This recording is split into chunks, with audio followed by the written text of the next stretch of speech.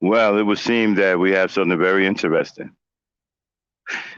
Mr. Well, the black Mr. Rogers had something to say about black men who defend black women. He said that black women think that those type of men are dumbasses. Really? Well, I got a little something to say about that. We're going to find out what that is right now. It's the return of gangster talk. All right, Dane, blow it up.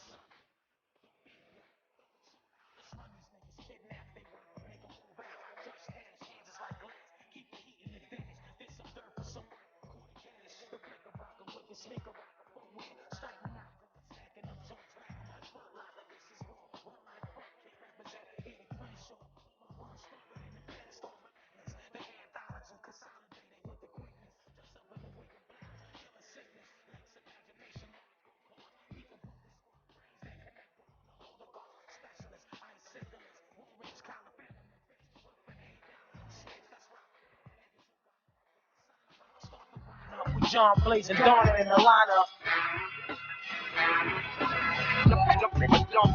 John Blaze.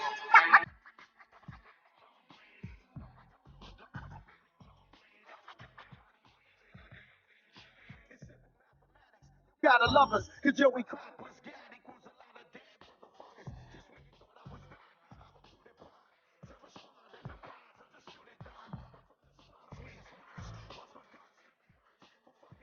cards on the first and go to church.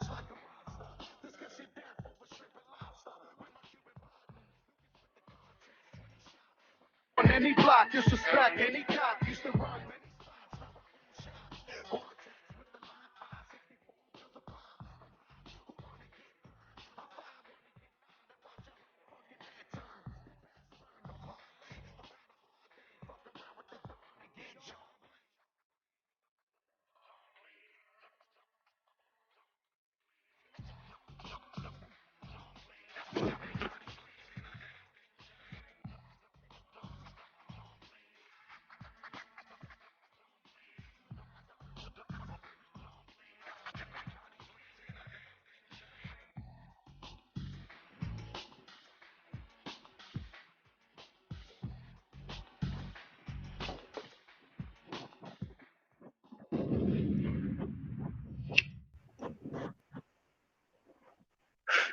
All right. What's going on, everybody? Welcome back to Gangsta Talk. It's been a while since we did one.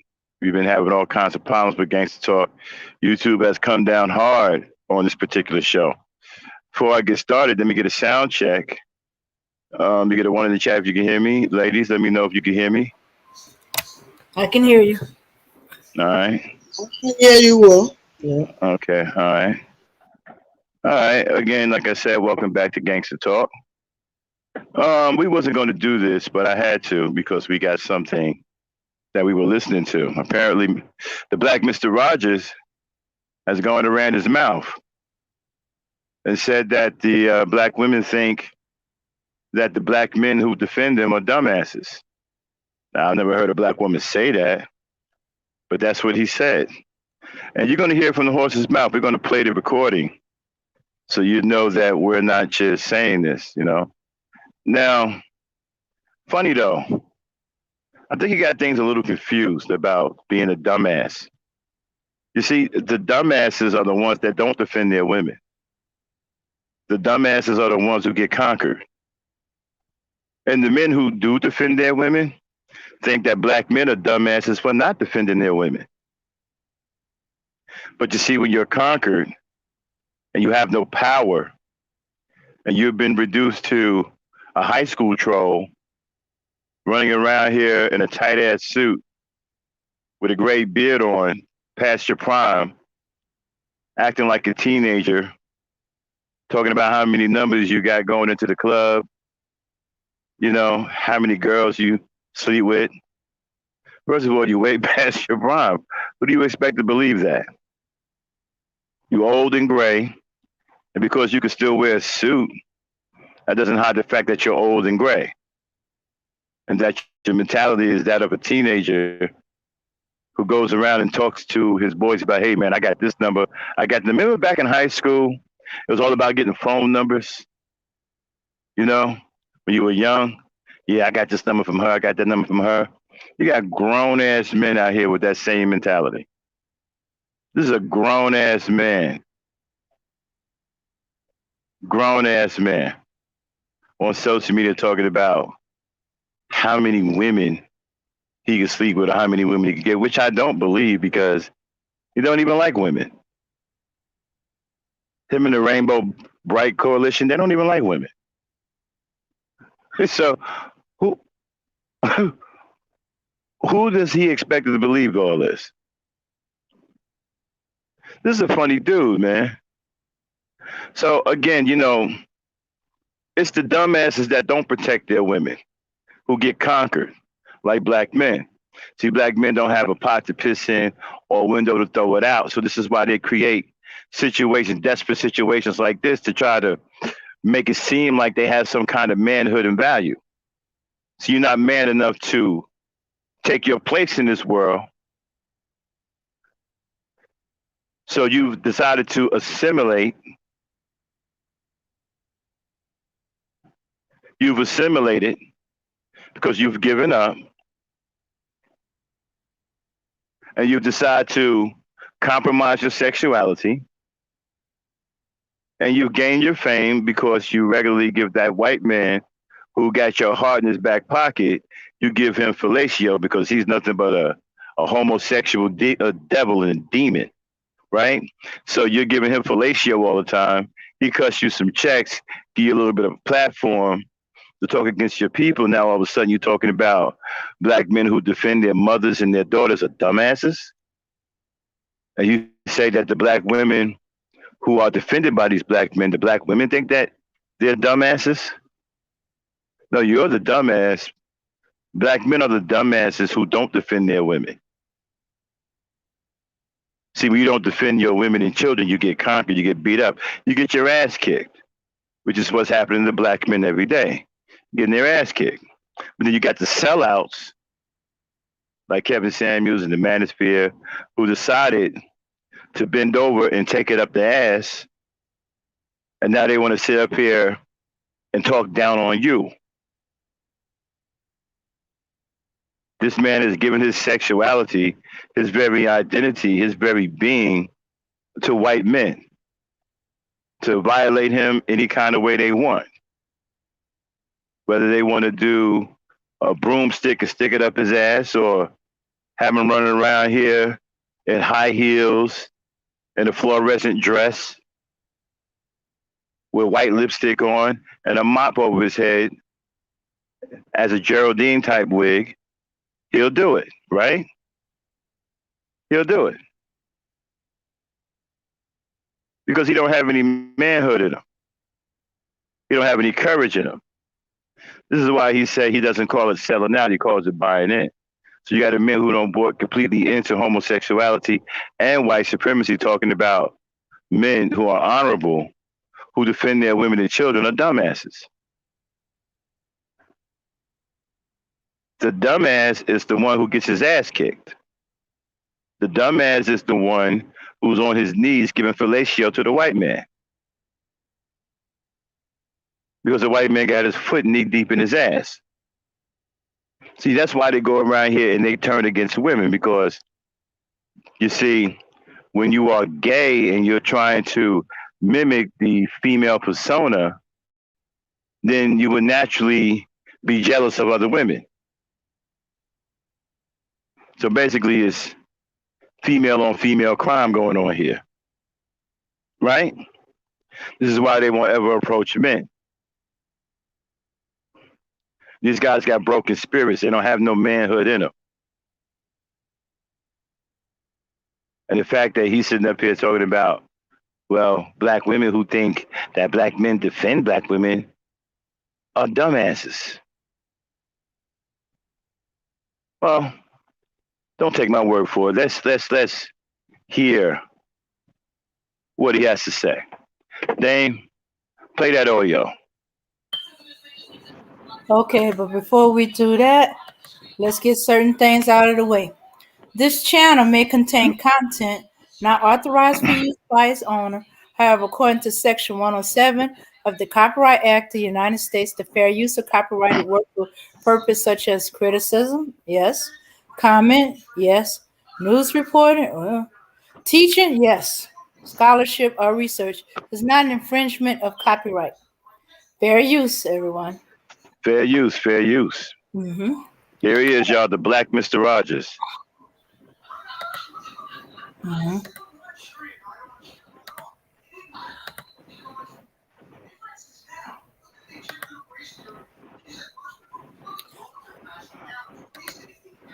Mm-hmm. Hold on a second.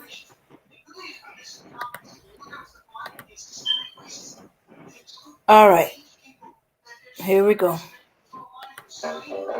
Big Shirley and her and Big full of test tube babies. Then the other ones. You couldn't talk to all women like that. Look at you. You talking to the women like that. You got to be gay. You got to be gay. I know you mad too. I know you got to be mad too, because the very women who are upset with me come calling you saying, look at what he's saying. Look at what he's doing. And the only reason they're talking to you is because they want you to run into the aisle like a crash test dummy to come over here and defend them against men when they wouldn't even shit on you if you gave them an opportunity. The only thing they're talking to you for is they want you to come over and fight the tide. But they don't want you. They're watching me. They're watching the guys over here. They ain't watching you. They're calling you saying, make him stop.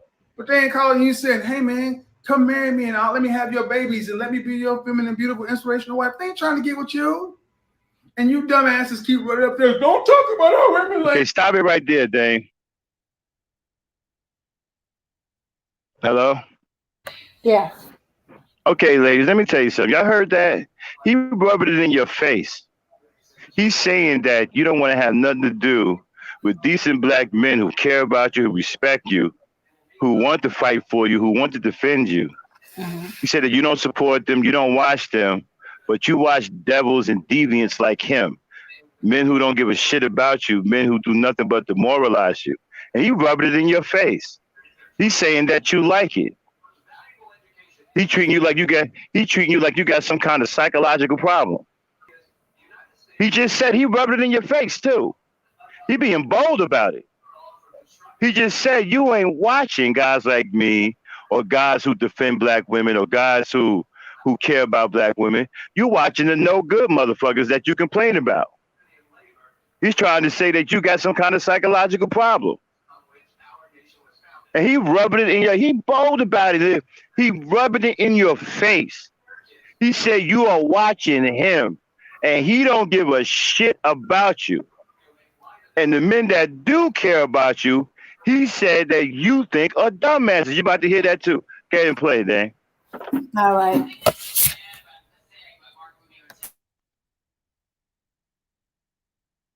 They're more our women than your women because they're over here. They're over here.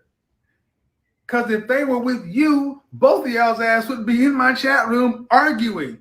Did you see what he said? Yeah, girl, I'll see all what he said. Let me defend your honor. You mad. You mad. I know you're mad. He's like, well, here's a chance for me to get the women who never will look at me in the first place.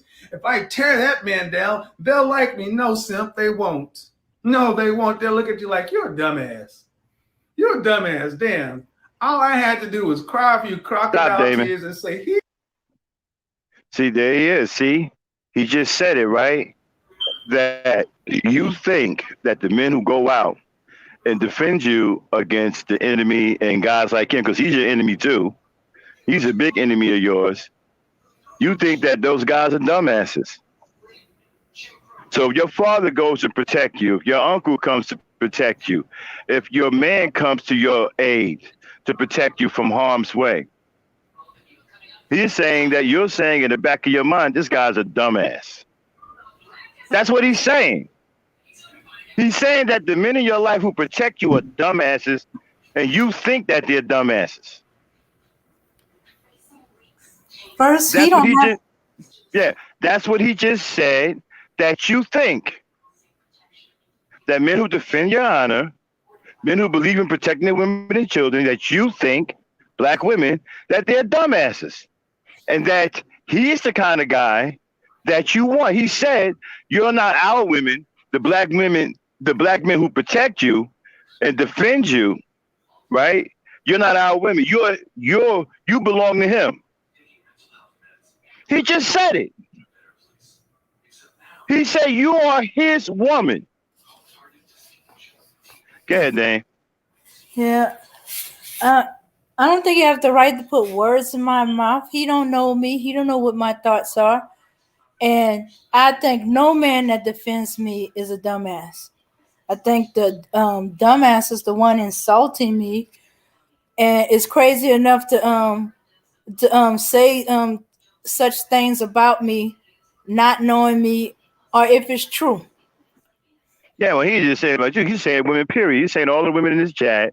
He's saying all black women. He's saying that the men who defend you, the men that will go out there and put their lives on the line for you, you think they're dumbasses. He just said that. Play it, name.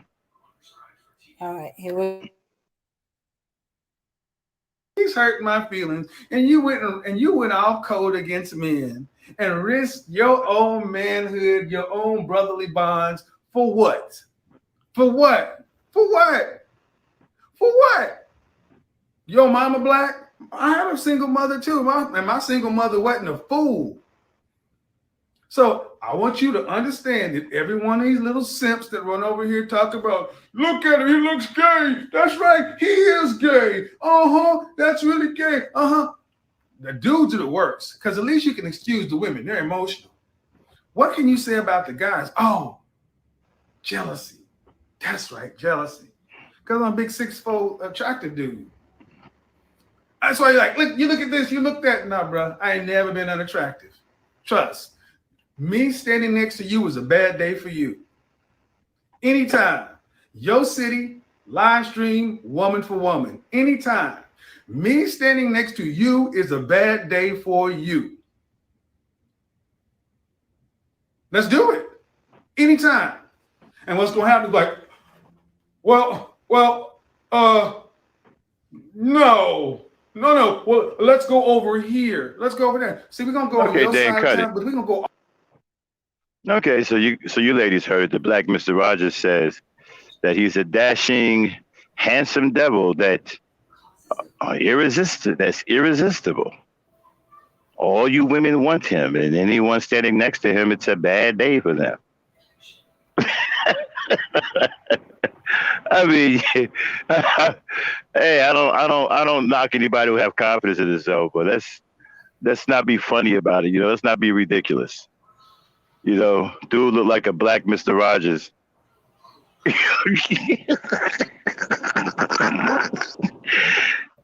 Man, shit like this is funny because, um, okay, but here's my problem though with all this, right? Is he right about black women? Do y'all think that the black men who do defend you are dumbasses? This is what he said. And he said that regardless of the black men who come out and defend you and put their lives on the line for you, you don't want them. You're not interested in them. You're interested in him. You are his woman. You're not our women. He said you're his woman. You heard him yourself. That's what he said. I didn't say it. You heard it like I heard it. That's what he said. That's what y'all checking for? fucking skinny ass fucking niggas with probably they're probably walking around with a cork in their behind like a bear that hibernates in the wintertime. They keep their insides from falling out. That's who y'all want? A guy with no manhood, a guy that can't defend you, a guy that wouldn't protect you at all, will let you take bullets, will actually use you as a human shield, will actually hide behind you and get into arguments with you about protecting him. That's who y'all want? That's who y'all going for? This is what he said. He said you want him.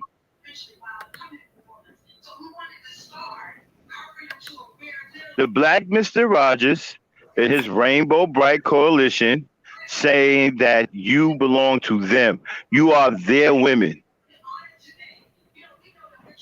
What you ladies got to say about that? Ladies, come on in here. I want to hear what y'all got to say. Y'all women, y'all heard it. And ladies in the chat, I want to hear what your response is too. Y'all heard it. Let's talk about it, ladies. Okay. Abby, jump in here. Okay, well, one, he obviously don't know what he's talking about. You know, why would we want to get with a man who don't respect us, don't think that we should be defended, and that think that him defending me from whatever makes him and any other man who does a dumbass. I'm not gonna waste my time with him. I mean, the audacity to say something like that. And to put words in my mouth. How I mean, here it is. You can't. Here it is. You can't go anywhere without somebody perceiving that you're gay.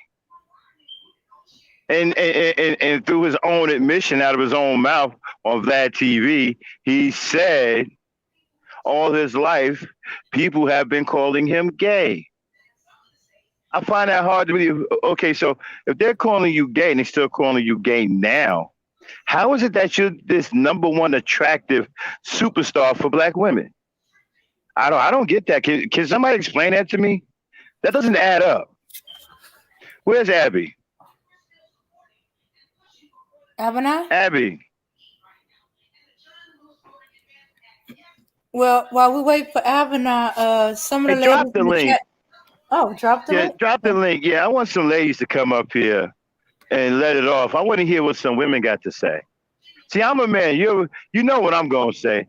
I'm curious to hear what the women got to say about this. And don't be shy. Come on up here and let us know how you feel about this, because he is saying that you, black women, believe that black men who protect you are dumbasses.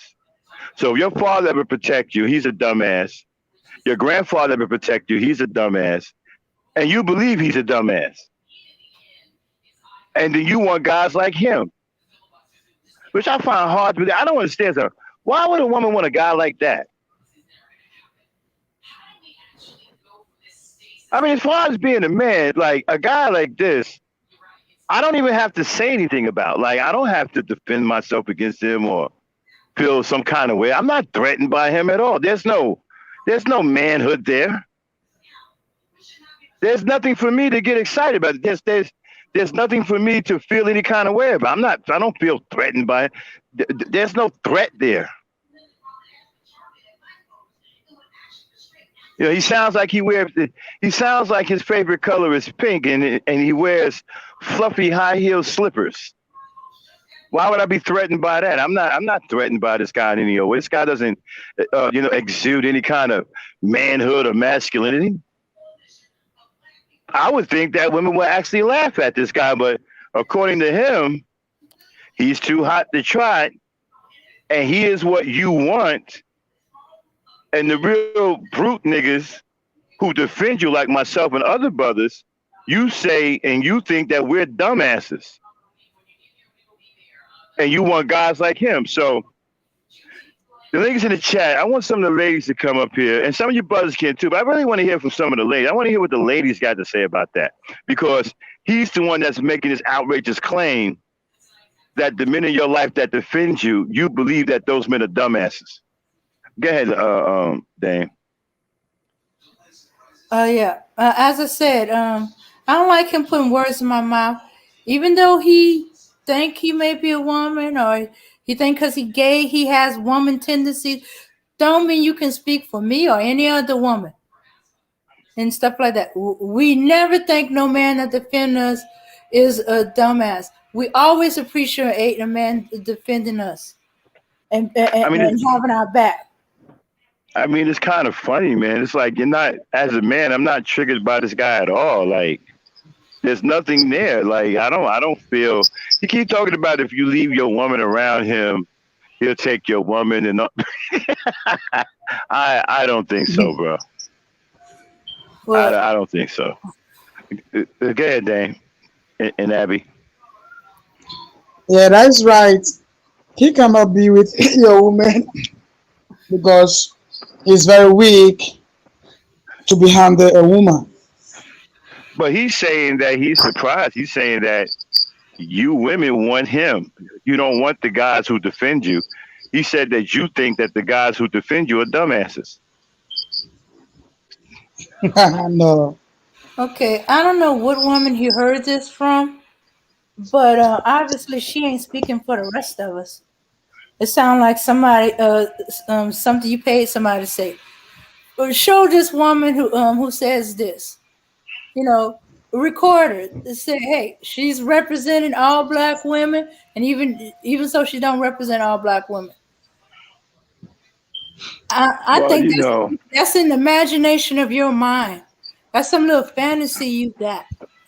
Well, coming from men who are conquered, and they're living under their oppressor and their conqueror, because, they have this desperate need to have some kind of power.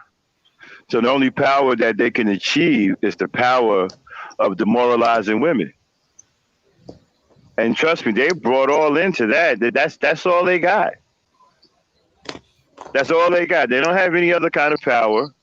They won't achieve any other kind of power. They're afraid of other men. They won't have confrontations with other men. They won't go to war with other men. They won't protect their families. They won't protect their own mothers, even their own daughter. I've heard some of them say that they wouldn't even protect their own daughters. That if their daughters went out there and got into it, she on her own. And that's the way. And that's the guys that y'all. He said that y'all are his women. So you are going after guys who say that they won't even protect their own daughters if their daughters went out in the street and got into trouble. She's on her own.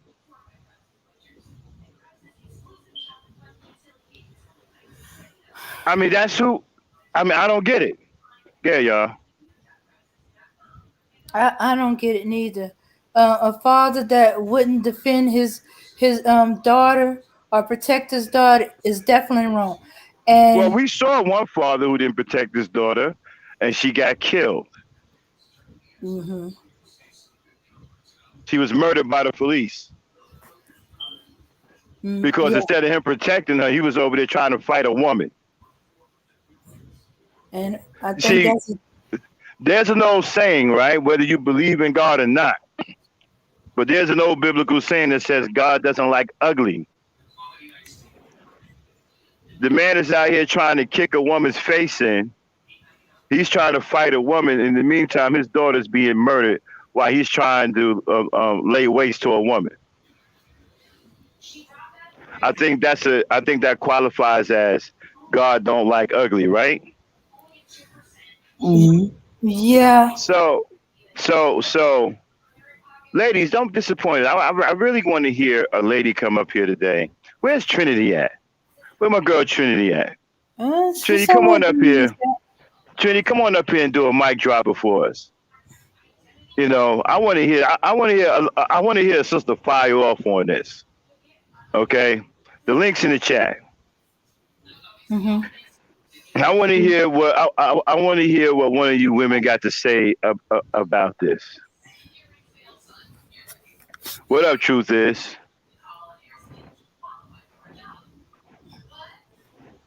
No, it isn't, and it cost him. And it cost him his daughter's life.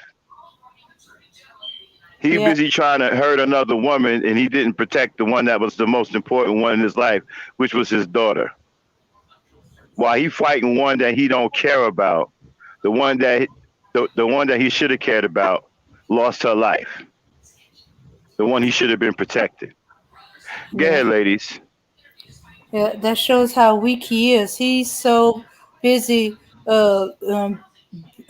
fighting that he's not protecting. You're supposed to be And you know another protecting thing God. too. Oh, then can you start getting heels from the beginning? I want to point something else out, right? He rubbing stuff in your face, lady. I mean, he rubbing it in your face. This dude is bold, man. He rubbing shit in your face.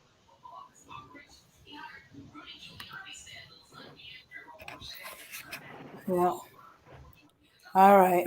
Let's take it from the top. Okay.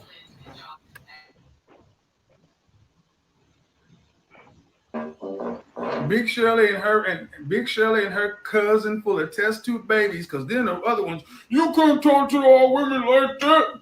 Look at you. You talking to the women like that, you got to be gay. You got to be gay. I know you mad too. I know you got to be mad too, because the very women who are upset with me come calling you saying, look at what he's saying. Look at what he's doing. And the only reason they're talking to you is because they want you to run into the aisle like a crash test dummy to come over here and defend them against men when they wouldn't even shit on you if you gave them an opportunity. The only thing they're talking to you for is they want you to come over and fight the tide. But they don't want you. They're watching me. They're watching the guys over here. They ain't watching you. They're calling you saying, make him stop. But they ain't calling you saying, hey, man, come marry me and let me have your babies and let me be your feminine, beautiful, inspirational wife. They ain't trying to get with you. And you dumbasses keep running up there. Don't talk about our women like that. Negro, they're more our women than your women because they're over here. They're over here. Because if they were with you, both of y'all's ass would be in my chat room arguing. Did you see what he said? Yeah, girl, I'll see all what he said. Let me defend your honor. You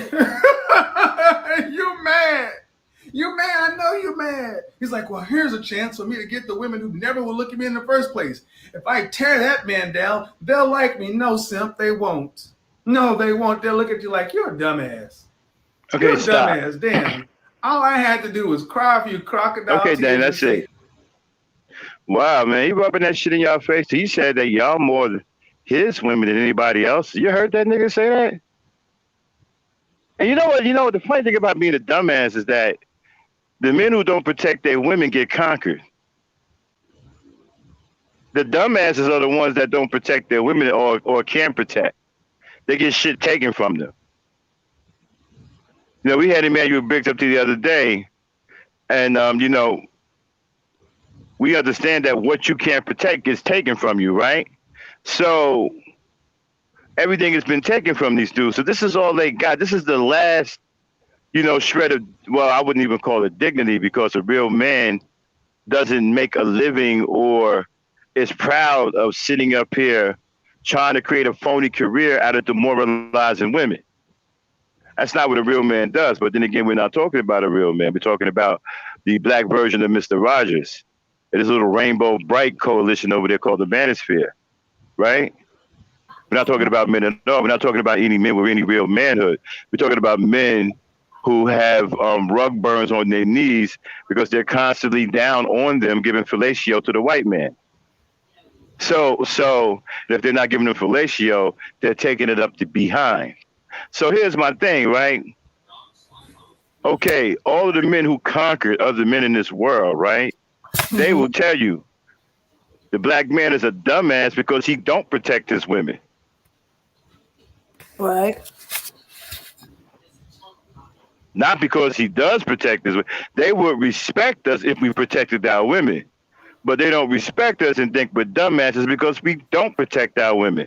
And let any old body come in and lay hands on our women. Now, I don't understand. Why would you?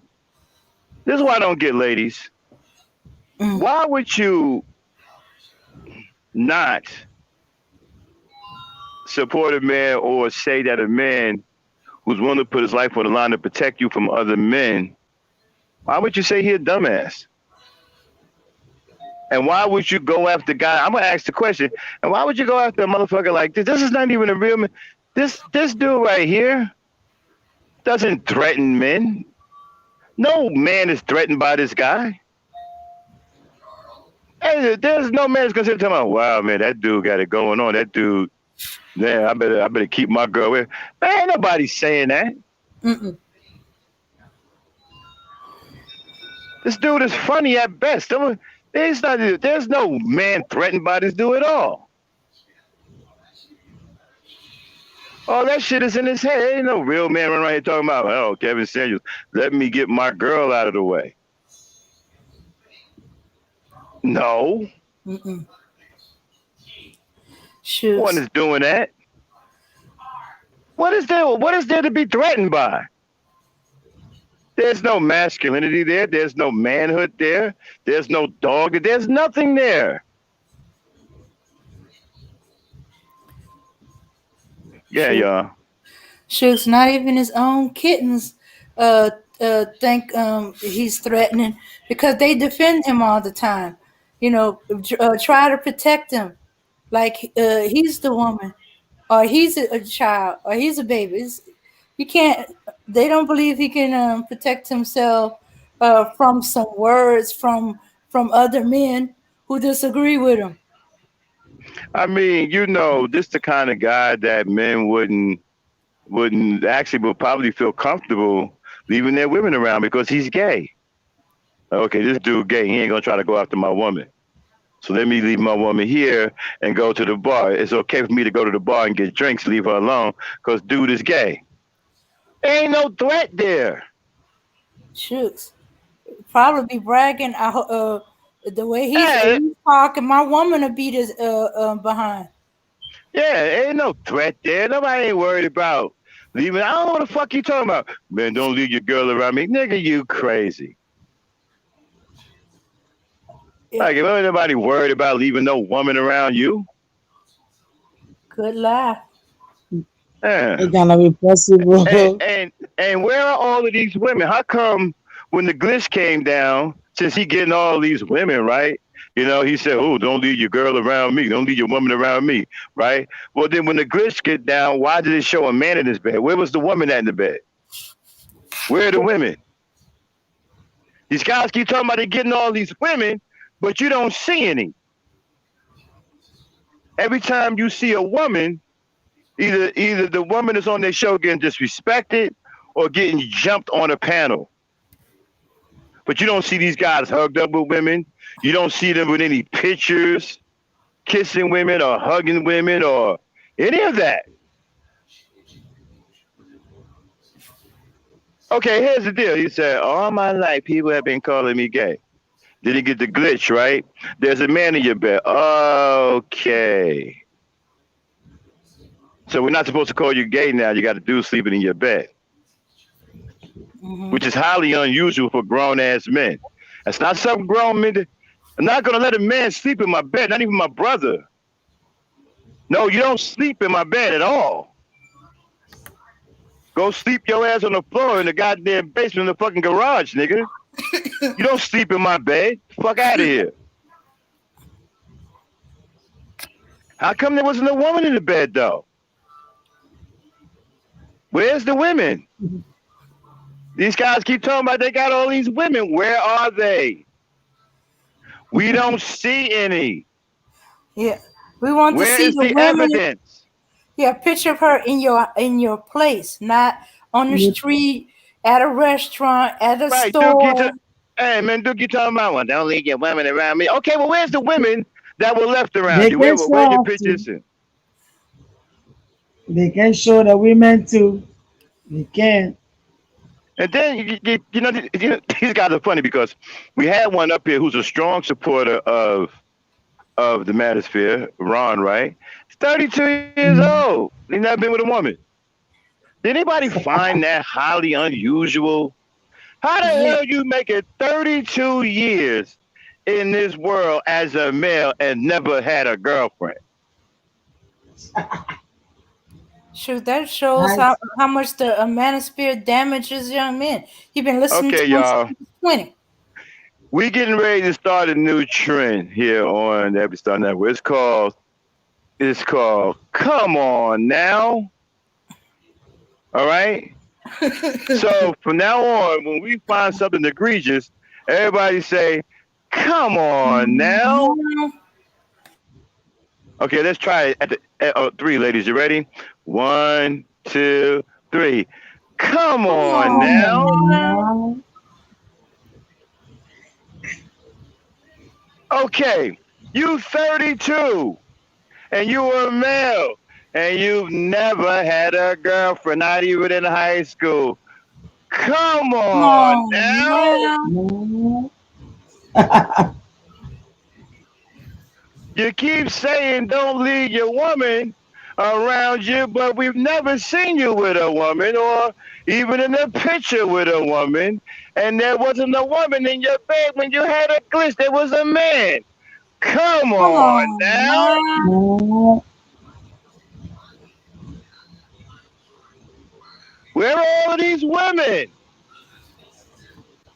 I haven't seen them with them. They sending naked pictures to each other with their shirts off. Come on now. No. Niggas is sending each other topless pics of themselves. Come on now. No. One dude said he's gonna screw you in the butt and make you like it. Now come Come on On on. now. now. Niggas said I'm gonna do you in the butt and make you my bitch and you gonna like it. Come on now. No.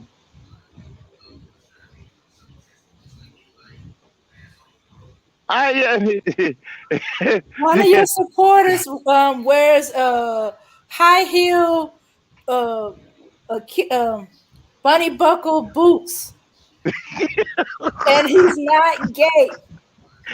Come Come on. Come on on now. Nigga, the nigga said, hey, I wear. Then he had to put the Barry White on. He said, I wear high heel shoes. I wear high heel boots, and I'm not gay. Come on now. now. The man said, I'm not gay. People have been calling me gay all of my life. Come on now.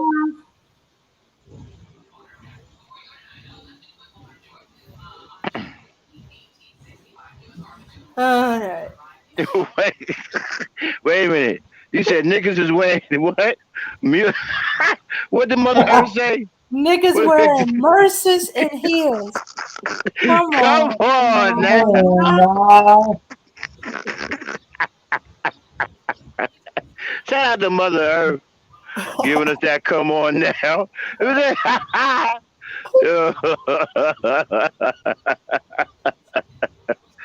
uh, Even Shahzad Ali called them out yeah, as being brokenhearted and nigga, you over here trying to pass fucking, you over here trying to pass your fucking ass off as a real man, and you're taking it up the butt. Come on now. Nigga, you're a peanut butter packer and a booty thief. Come on. come on. Ah, The nigga is a booty thief talking about don't leave your girl around me. What? As long uh, as long as she's female and look like a woman from the back, I don't have to worry about she's stealing my no man has to worry about. Wait a minute, damn, hold on. Mother Earth dropping some shit on it. She said, niggas saying men don't need women because the Romans had young squires to have sex with. Come on, Oh now. no! Oh my goodness, they're getting worse. The nigga Oh, is a the nigga is a booty thief talking about man. Don't leave your girl around me. Why not? not masculine. I'm more worried about my butt. I'm more worried yeah, about you trying to yeah. get in my I'm butt worried. than hers. I'm worried. Forget about my girl. I'm worried about staying around you, nigga. I wouldn't leave my son around you, motherfucker. Yo, man. Oh, okay. Here's another one by niggas ask men if they got big D. Come Oh, on, come on now. man.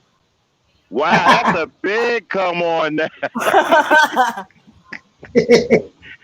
Damn. I nigga, forgot. I forgot. nigga been a cheerleader in high school.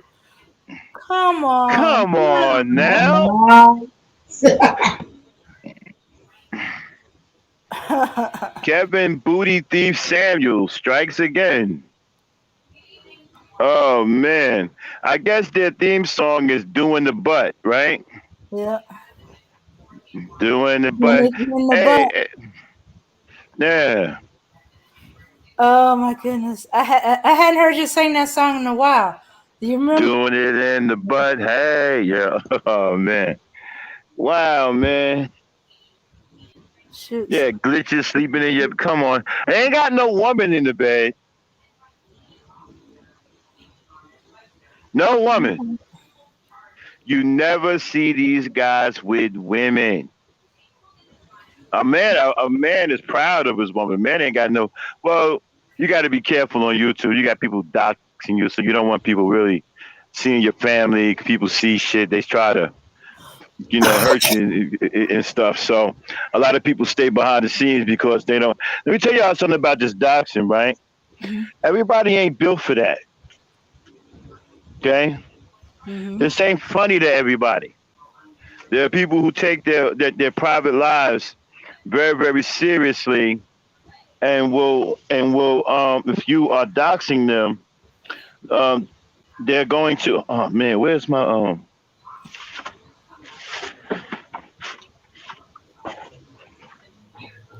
Remember, y'all, Max is working. Uh, a glitch with pork okay. chop sideburns and meat meal braids. Okay, I didn't get Yeah, this. so we really want some women to come up here today too. I wish Trinity was in here. I would love to hear what she has to say about that. To come up here and tell us how you feel about what Mr. Rogers said, what the black Mr. Rogers said Mm-hmm. about black women thinking that the men that protect. Hey, truth is, um, the booty thief said that black women think that the black men who protect them are dumbasses. So that would include you too. Yeah, yeah, no doubt. And so, a lot of people don't like exposing their family because you got some crazy people on here that like to dox people and Mm-hmm. put people's families in harm's way. But a real man ain't got no problem showing his woman. Well, not here on social media. Like I said, it doesn't pay because everybody don't play like that. This Mm-hmm. ain't a game to everybody. All right. You can lose your life doxing people. Mm-hmm. Everybody ain't on it like that. Everybody ain't laughing. You know, some people take their private lives and their families very, very seriously. And if you try to expose them or put pictures out there with them, they're going to take that as an act of aggression and an act of war, and they're going to respond in kind. Yeah. As Bro Speaker was saying, there are legal and physical ramifications for Yeah. doxing. Mm-hmm. Truth is says what? Yeah, that's what he said. Truth is, he said it right here. We all heard it. That's why I'm trying to get a sister to come up here. I want to see what a black woman has to say about that. I would love to hear a black woman's response. The link is in the chat, ladies. I want to hear what you think about what he said about you. Um, he said that you think that the men that defend you are dumbasses.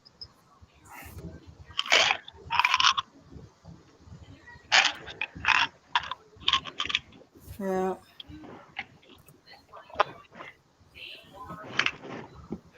He's mad because I protect women while he's protecting another man's butt. But he's not protecting that man's butt from himself. Yeah, and he's talking about broke the code of brotherhood. Thought the pearl of brotherhood is you protect your women and children. If I see your woman is in trouble and I'm in the vicinity and you're not, the bro code is I'm gonna protect Man, your these woman just like I expect you to protect mine if I'm not there. man, these booty bandits don't know nothing about no damn code. Mm-hmm. They on that Fleece Johnson. He on that Fleece Johnson shit. He want that man butt. Kevin Okay, Fleece Johnson. Malika's like, I want to hear a black woman respond. Somebody go up there. Malika, you can come up Hmm. too. Yeah, ladies, don't be shy. Come on up here. Don't worry about it. You protected over here, okay? We're not gonna let nobody come up here and disrespect. We don't play that shit here. I protect this house. We protect this house. Okay. Okay. Mm-hmm. You can come up here and speak your mind. Yeah. Wow. I was hoping my girl Trinity was in the chat. She may have stepped out. Mm-hmm. Trinity, if you can hear me, come on up. If you get a chance, I want to hear what you got to say about this punk ass nigga, this booty thief. This nigga crazy. This nigga funny, man. I mean, did y'all even take that seriously? Don't leave your girl around me. I mean, No, yo, I didn't take it seriously. nigga, please. Fuck you gonna do? Steal her handbag or something and shit? Run from her. Yeah. Gonna steal her tampons? You gonna steal her damn fucking? I mean, come on, man, really? Ain't no real man threatened by this nigga.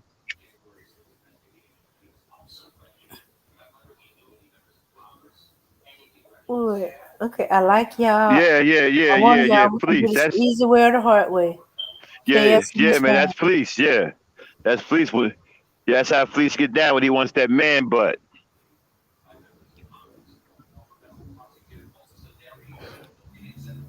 There you go, Trinity. She said she's waiting for her phone to charge up because my mic is not working on this Oh, phone. okay. So we're trying to hold out for Miss Travels to see if she gets her phone together. Because I would love to hear what she got to say about this shit. Yeah, This is I'm bullshit. insulted that he's putting words in my mouth. Yeah, he's And you speaking don't for all speak you for women. He me or said, in a black and woman. then he rubbed it in y'all face. He talking about y'all his women. That nigga said every time, damn, our women, they're not y'all's. They more our women than y'all's. Ah, nigga, you. Mm-hmm. Sure. I'm not your freaking woman. If I was, your show wouldn't exist. You would have no show. The first moment you fix your mouth to say that, you ain't gonna have no show. There will be But you know no what? 7-7. But Cynthia was talking about the psychology of the women that go over there. Mm-hmm. I think y'all call them pick me. I don't know what a pick me is. It's the first time I ever heard of the term pick me. There's a lot of things I never heard of until I came on social media, y'all. Forgive me. I'm an old school dude. I work every day, and I'm married, so I stay in a bubble all the time. I'm always working, or I'm home with my wife, or whatever. And, drinking a beer, watching the game.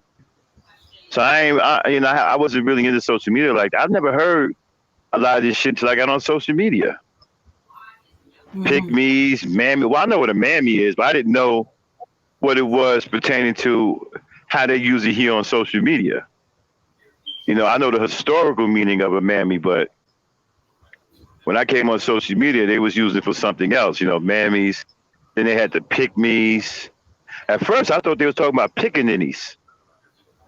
You know what I'm Mhm. saying? But yeah, I thought they was talking about pickaninnies. But then then I heard strag, and I'm like, what? Like, what the hell are all of these terms? You know? Mhm. Yeah. So I kept bugging people to find what the heck is that. Hmm. Now, pick me. When I first heard, I thought they were talking about a video game, a Nintendo game called Pikmin. But some people mispronounce it, and I was one of them, and say Pikmin.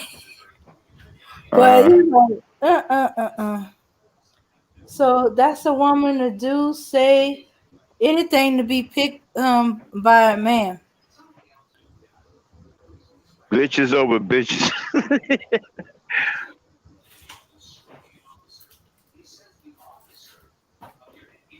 In your femininity, dude, men don't have femininity. They It's got probably one of the men. That's probably one of his. I don't know. One of his kittens. Yeah, but don't block him. Oh, no, that's K. That's K. Hey Kay, what's up? Come on up, Kay. Yeah. I'm gonna There drop. she. I'm gonna put the link in again. Yeah. Drop Kay the link. Kay, damn, Kay, we ain't heard from you in a while. Cause she changed her Yeah, name. Now she's Justin. glitches. Mm. Okay.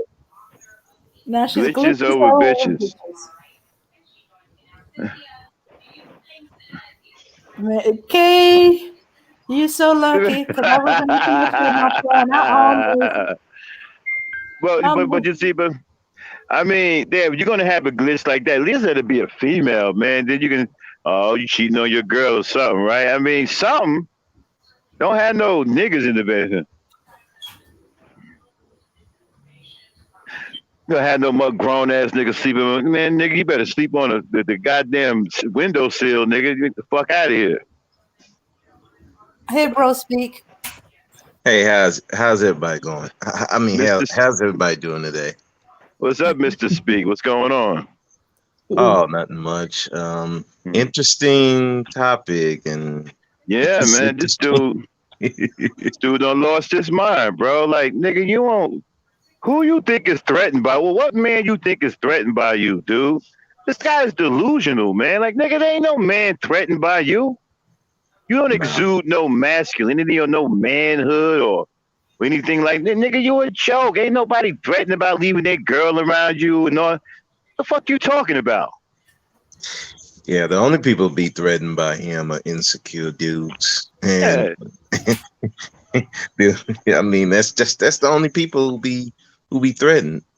I think more of the women be more threatened by him because they don't know, because they don't they don't want him to expose their boyfriend or whoever they interested in is, playing for the other team, so to speak. So I The would only think thing that, I would be worried about leaving my girl around him about is that he might steal her handbag. hey, and he might, That's it.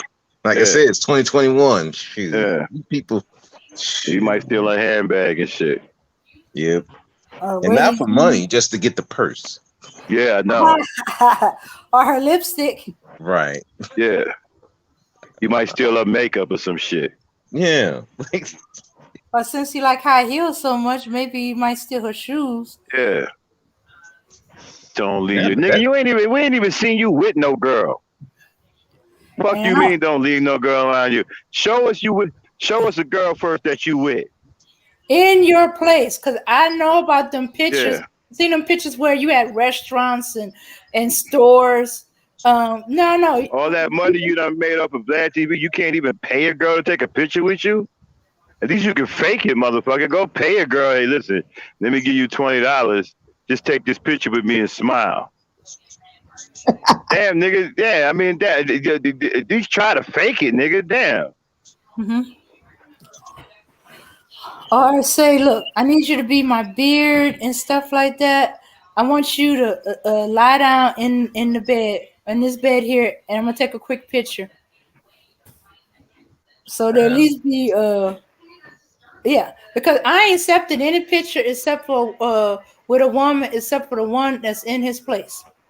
If she ain't in his place, as far as I'm concerned, she's just some woman off the street. You know what? So Malika said that she heard that he posed with some man's wife. Yeah, because dude don't feel threatened by him.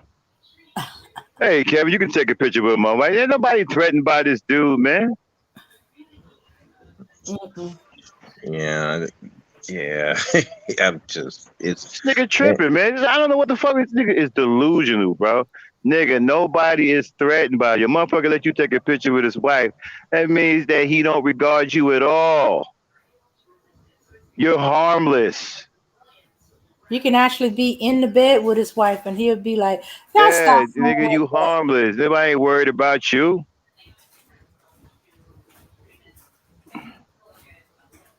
Who's this? Yeah, yo, Rajay, come on up, bro. Hey, man, Razi, Razi was up here getting after Ron the other day. I don't know how the hell you 32 years old and you a man and you ain't never had a girlfriend.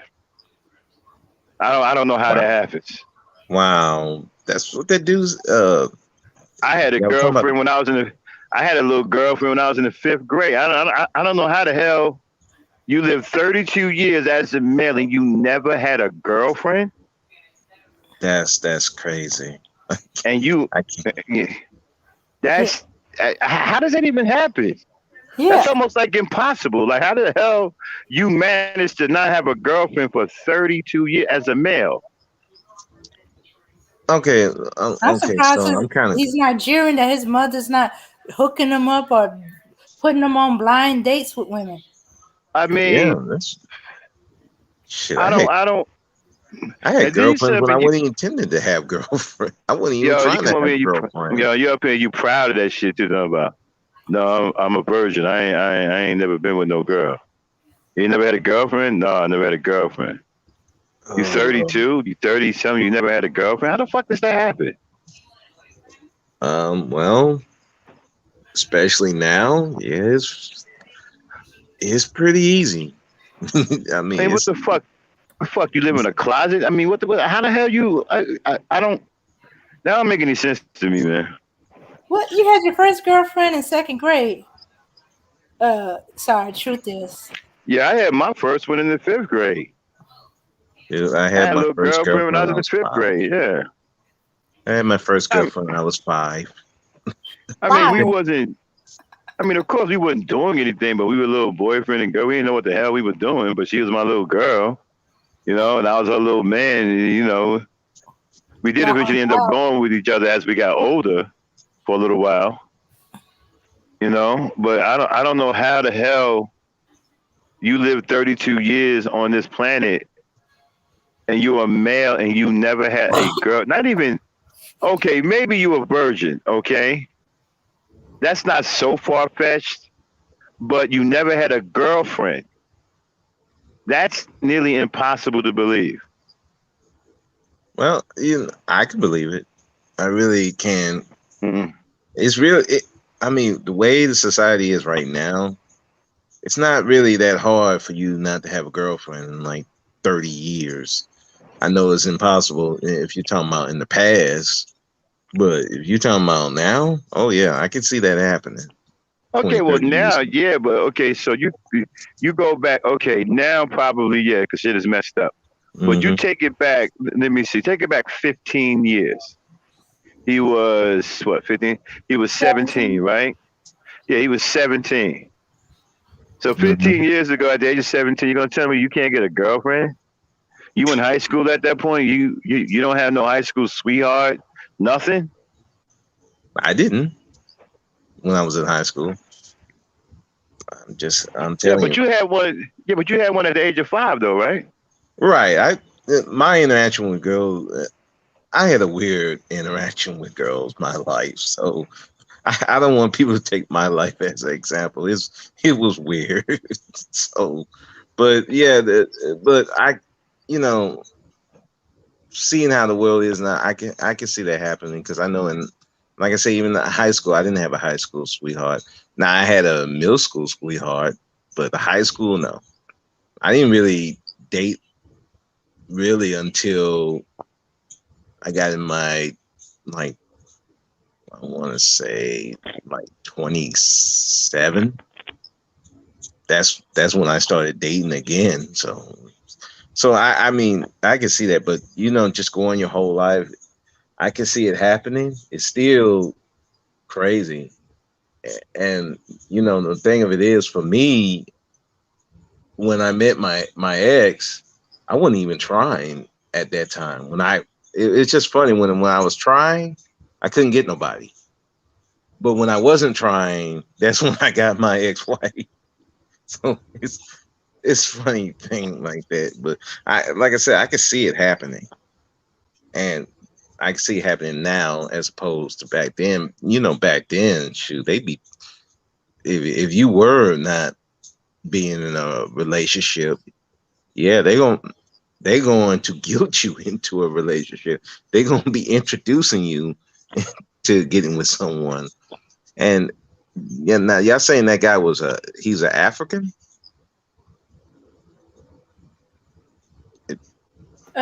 He's a American Nigerian. American Nigerian. I I think Hmm. he was one of the children that was born in the States. So yeah, Right. Yeah, Nigerian American. that is weird because I know I got African coworkers and they be, and I wouldn't go like, especially the women, they'd be like, why ain't you not married? I got divorced. Why you don't? Why are you gonna get married again? No. Why? Why you don't want children? I'm like, what is this? And then they be offering.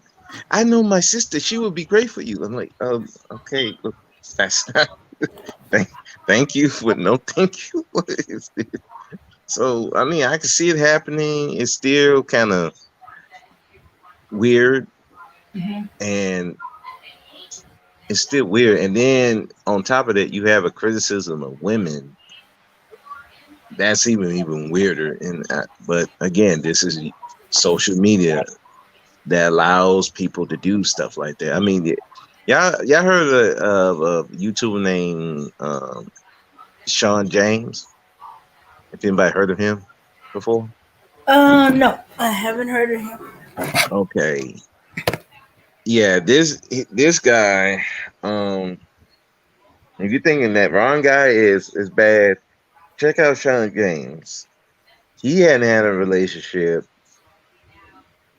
He hadn't had a relationship ever, and the girls that did try were more or less, maybe out of pity or stuff like that. And boy, he had a lot to say about dating black women, even black guys as well. But we're looking at him like, dude, but you never dated anybody. You didn't have no type of relationship. What are you doing? How are you going to talk about something you've never been in? You Yeah, know, it's that just was like exactly the wrong thing. yeah, it's like you're talking about something you never even been in. You don't know the ins and outs. It's like, why am I taking your opinion or anything? But again, this is what the internet does. It allow people to do stuff like that, Yeah. and people just listen. Like, Oh, he had us all fired up because wow, he's talking bad about black mothers, but he don't have black mothers are the worst mothers. He didn't have no bad experience with his own mother. wow. And, um, I was like, is there someone close to you that had a bad experience where you could see their mother behave? No. Then how are Mhm. you gonna state something? He said he keeps going on the stats. I said, goddamn stats don't be telling you that.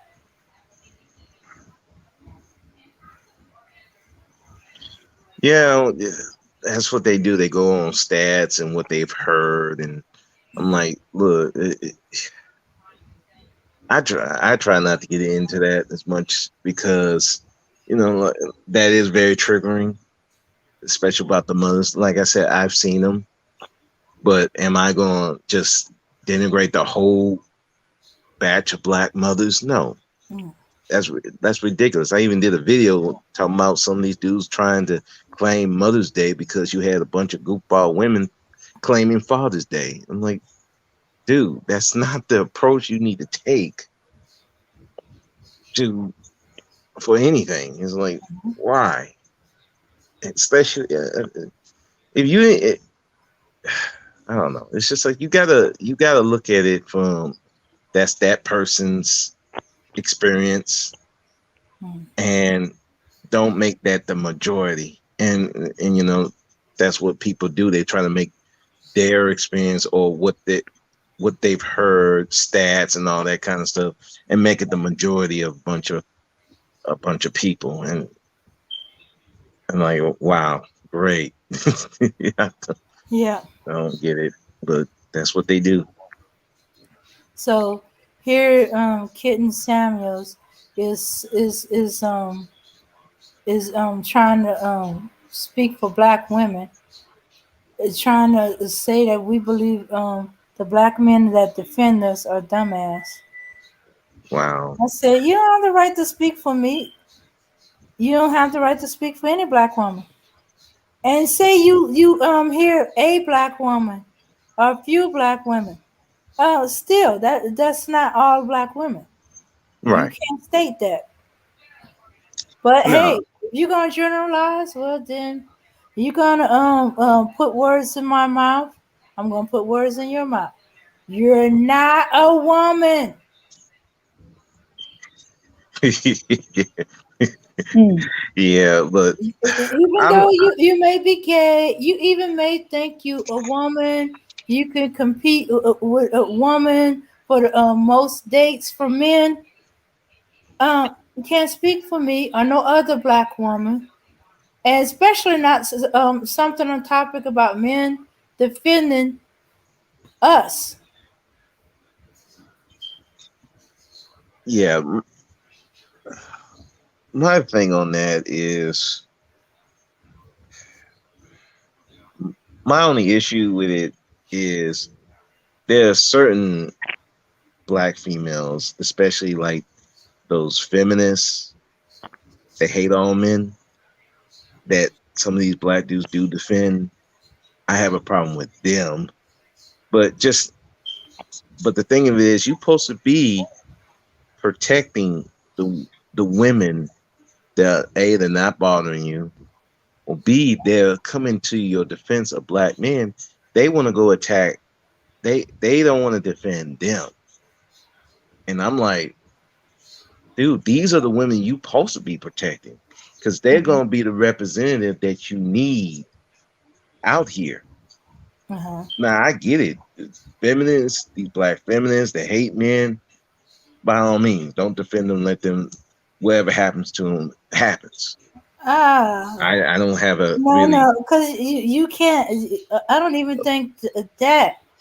You know, I may be wrong and stuff like that, but unless you know for a fact some woman is a feminist and stuff right. like that, Yeah, you get them to start picking and choosing what black women to defend and stuff like that. When your thing is to protect. You don't have to, some situations you don't have time to decide, oh, right. I don't like her, so I'm not going to defend her. I like her, so I'm going to defend her. Right. Well, let me try to. I'll clarify that before I make people thinking now I'm telling people not to. If you know that this particular woman is a black feminist and is known off the bat that she hates black men, then no, don't go be defending her. Don't go over You there know, and be putting your cover. you But the know, women that you know now you don't know about and you see her in trouble, yes, go defend her and then you sort no, it out later. I you have no know, problem with that. the only men that I hear talk about feminism are men from the manosphere, the sissy bims, the red pill guys. Them the only men that I hear talk about. I don't hear no other man talking about feminism. I don't hear, and feminism is all over the globe. True. It's in Africa. It's in China. It's in Turkey. It's in India. It's in Istanbul. It's all over the place. I don't see any. I don't hear any other men talking about it or even affected by it, other than black men. Black men are the only men who complain about feminism and seem to be affected by feminism to the point to where they become the most non-productive male on the planet. There was no other male who has feminism in his country that has been held back or affected by feminism like that. No other man that talks about feminism. And believe it or not, feminism never affected the black man like that. Feminism is the same all over the globe. You got women crying about men, women crying about their perceived rights or whatever, right? It doesn't stop other men in other countries from doing anything. But for some reason, black men can't do anything because of feminism. And feminism is not even in the way at all. It's just women off to the side crying about what they perceive is a reality, which really isn't. But for somehow they believe it's a reality that they're being oppressed by black men who don't have the power to oppress anyone and being oppressed themselves. But they're off to the side. They're not a roadblock. No. They're not in front of us, stopping us from doing it.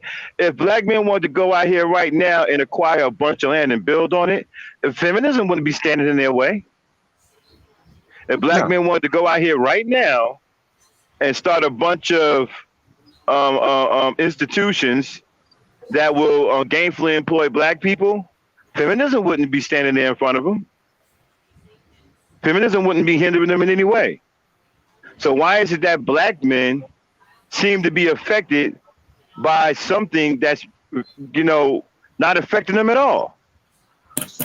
And black men and feminism isn't only in this country. As a matter of fact, it's worse in other countries. It's 10 times worse in China. Hell, it's so bad in China, they got their own goddamn militia groups. And the Chinaman is not affected by it. He's not being stopped. He's still building infrastructure. He's still kicking ass and taking names. No other man on earth is either talking about feminism or is affected or even slowed down by feminism. Black men are the only ones who are constantly crying about feminism and claiming that feminism stabbed them in the back, and feminism is the reason why they're worthless and they are the least productive males on this planet. Right. Well, I do know white men do complain about it, but they don't let that. White men own mostly all the jobs in this country. They carry the power in this country. Right. So feminism isn't stopping them from doing a damn thing. They may complain about it, but it ain't stopping them from doing nothing. And also they also perpetuate it too and use it as a weapon against even their own group. That's the funny part about it. Right. And it still don't stop them from doing nothing. They still go out here, build whatever they want. No. They still go out here, take whatever they want. Mm-hmm. Black men are the only ones who was using feminism as a crutch to be worthless and unproductive. And feminism is not even, feminism isn't even affecting us. Like, I haven't even heard of feminists in a while. Mm-hmm. There was one point a couple of years ago where I was seeing feminists everywhere. I mean, the Feminista Jones, the Alice Walkers, they were all over the place. The Bell Hooks. Now I barely see them or hear about them. I don't hardly hear about them at all. Yeah, because as a matter of fact, the ones who I hear talk about them all the time are the dudes from the manosphere. Right. I hear more from them than I actually hear from feminists. Yeah, that's true, especially after that Me Too thing went south and people actually but that ain't even got nothing to do. Yeah, but what kills me is this, right? These niggas use any old thing as an excuse to be worthless. That Me Too shit didn't affect nobody over here. It didn't do nothing to us. Okay, one or two guys or three guys got Me Too. So that's on them. They fucked up. They the ones who out here date raping women or whatever. You newsflash, don't date rape women. Don't feed women drugs just to sleep with them. Don't do shit like that. And you won't get Me Too. You Yeah, understand what I'm saying? So my thing, it ain't like they started Me Too for no reason. Look at Darren Sharper. Used to play for the NFL. Used to play NFL football. We're talking about a guy that women would deem handsome. Okay, And hold super on, shit. Max. I'm sorry to interrupt, but I was just talking to my aunt, and I was asking her about black feminism and is it being used by black women to stab them in the back? And she said this about feminism and black women. Go ahead, Auntie Mel. Black women had the power to do things on their own. They didn't need a man to succeed. Yeah, but did she use it to stab the black men in the back? Yeah. Okay, But black men didn't like them being feminists because that meant that she didn't need him to lean on. Oh, okay, but But she never used it to stab him in the back. No, not that I know of. okay. She just believed in herself. So it was all about believing in herself. Right. Okay. Okay. Thank you, Auntie Melba. So basically, what Auntie Melba was saying is she's an elder. She's saying she was back, and she was back then when feminism was active. She's saying that the black women were using feminism to empower themselves. Right. And then you have to understand something too, right? If you didn't have absentee fathers, if you didn't have fathers leaving their homes, willfully leaving their homes, they keep blaming it on the government. But we've done some research, and the government ain't thrown no black men out no goddamn homes. That's a bunch of bullshit. We did the research, and we ain't found shit that could we ain't found shit that supports that claim. All right, and so when the fathers were leaving their homes and abandoning the women and chasing after white women, then the black women had to do something to fend for themselves. So feminism came about to try to empower the black woman so she wouldn't need the black man. She can go out and get her own jobs, because back then I don't think they could work, right? They couldn't vote or they couldn't get jobs back then. And so we're talking about black the men, black women. Back then I think they couldn't vote or they couldn't get jobs back then. The man was the only one working. So if the man leaves, right, there's no more income coming into the house. So what's she supposed to do? Starve to death? Are we talking about in the 60s, 70s, or are we talking about like 30s, 40s, or something like that? Because I want to be want to sure. know what year that you was seeing all this. I just In the 60s. In the 60s. In the 60s? Uh-huh. Yeah, because I'll talk to my mother, before she passed away. She was saying she was working. She was getting different jobs. No. I think feminism, right? I think feminism came about because women didn't have the right to vote or something like that. And then they, I don't know. Oh yeah, didn't have the right to vote, and that was in the 60s. She said her mother didn't have the right to vote, and that was in the 60s. And, yeah. Okay. Maybe. But she was saying if she had the right to vote, she would have voted for Nixon. Nixon? You vote for Nixon? Nixon is a Republican. And back then I was Democrat all the way. Right. She said you don't vote for people for what party they are.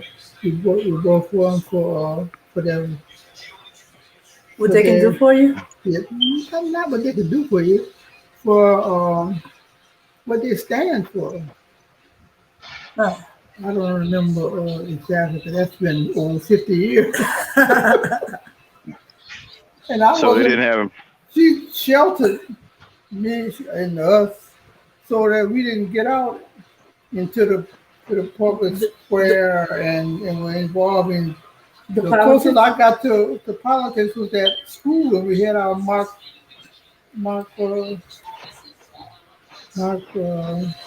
election. Okay. Yeah. Okay. And I think that the women, right, and I believe the women that were working, I believe the women that were working back then, they wasn't making top wages. They wanted to make the same kind of wages My that a mama man didn't wanted. work. She worked Right. sometimes, but most of the time she was home with us. My dad did. Uh, Okay. and so all this stabbing in the back is a bunch of BS. Yeah. With no black women stabbing black men in the back. These guys are lying. Yeah. You know, these Now guys the are nothing but younger worthless. generation nowadays, I don't know why. But She's talking about the present generation. She don't know. But Right, and the thing about it then. is, okay, if you saying that black women stabbed black men in the back then, that was those black men back then. What is your excuse now? Who, me? What is your excuse? Oh. What is your excuse now for being worthless and unproductive? Yeah. See, we keep trying to blame everything on black women. What about these men who are non-productive, willfully non-productive? Ain't nobody holding you back. Ain't the white man ain't holding you back. The black woman ain't holding you back. Ain't nobody stopping you from going out there, getting a job, and making something out of yourself. No. Ain't nobody stopping you from doing that. No. What's the excuse now? Now we keep hearing all of this crap about. You had this fool yesterday talking about, well, you know, black women are the reason why the community is messed up and the children are messed up because look who's raising. Well, I don't understand. How the heck you blame the black mother without blaming the black father? What kind of logic is that? What planet does it make sense to blame the mother who's doing everything she can to raise the child and feed the child, put clothes on the child's back, shoes on his feet, keep a roof over his head, right? But don't blame the father for abandoning that same woman and child. How come he don't get any blame? How come he gets off scot-free? Or what planet does that make any sense? Are we talking about Black Manosphere, or are we talking about in general? Because Now, of course, these manosphere guys talking about, oh, it's the black woman's fault because she's the one raising the children. So they excuse the fact that the father was a derelict and he abandoned the woman and children in the first place and put him in that predicament. So they don't blame him. How does that happen? How do you not blame the man for abandoning his family? because they're showing favoritism to men. That's how. That's I don't understand that. Like, on what planet does that make any freaking sense? Social media. I'm Only sorry, social man. media.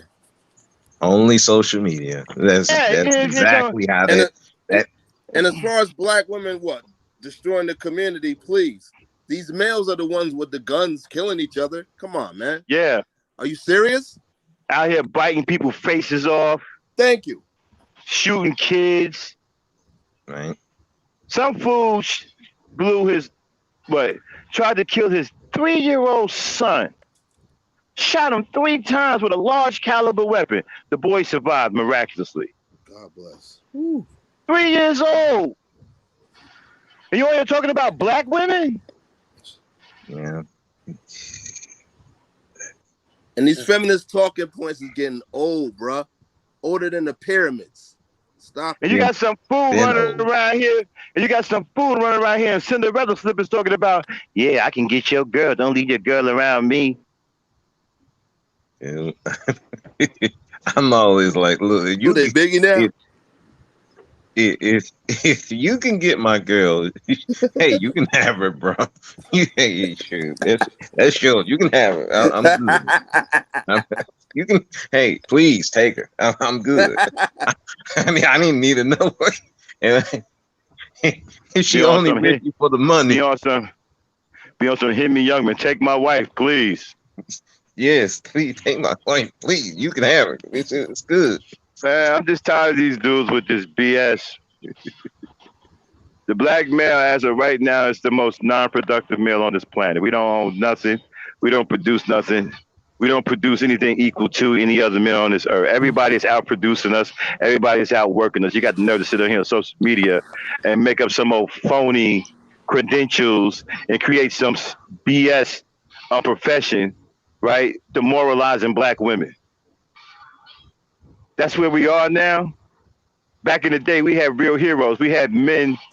We had men of war. We had the Marcus Garveys. We had the Malcolm X's. We had the Kings. We had the Thurgood Marshalls. These men were brave in the face of extreme racism. I'm talking about physical, violent racism.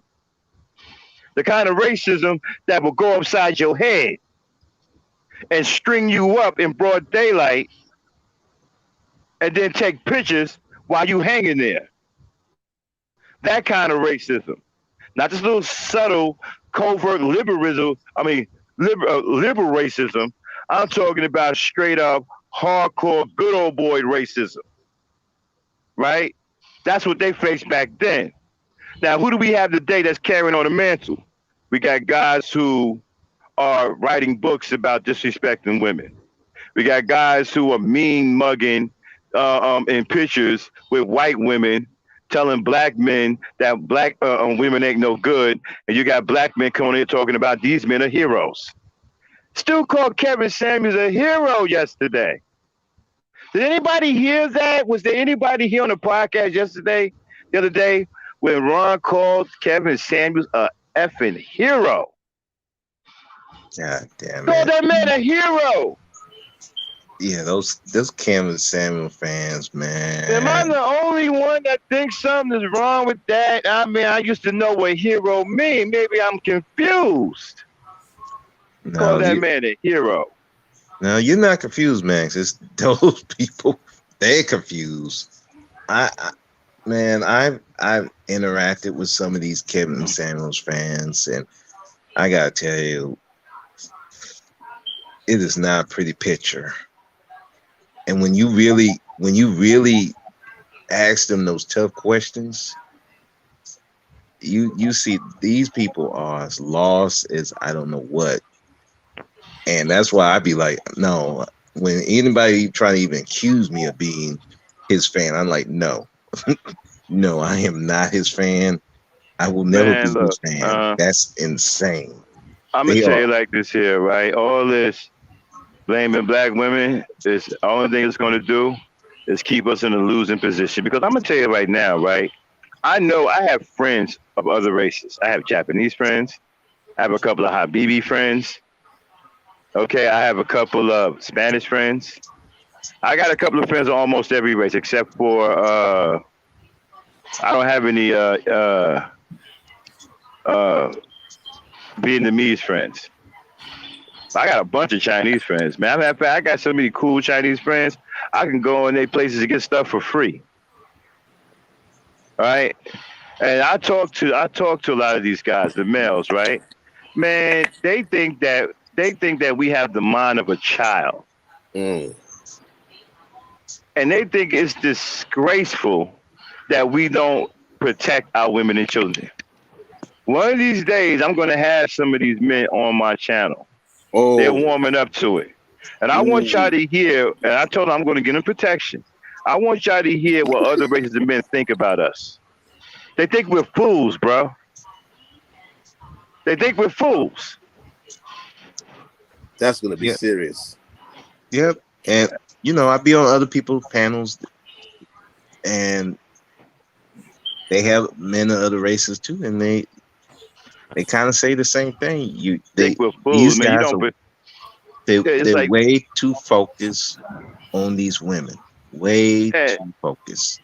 How is it that, like, hold on one second.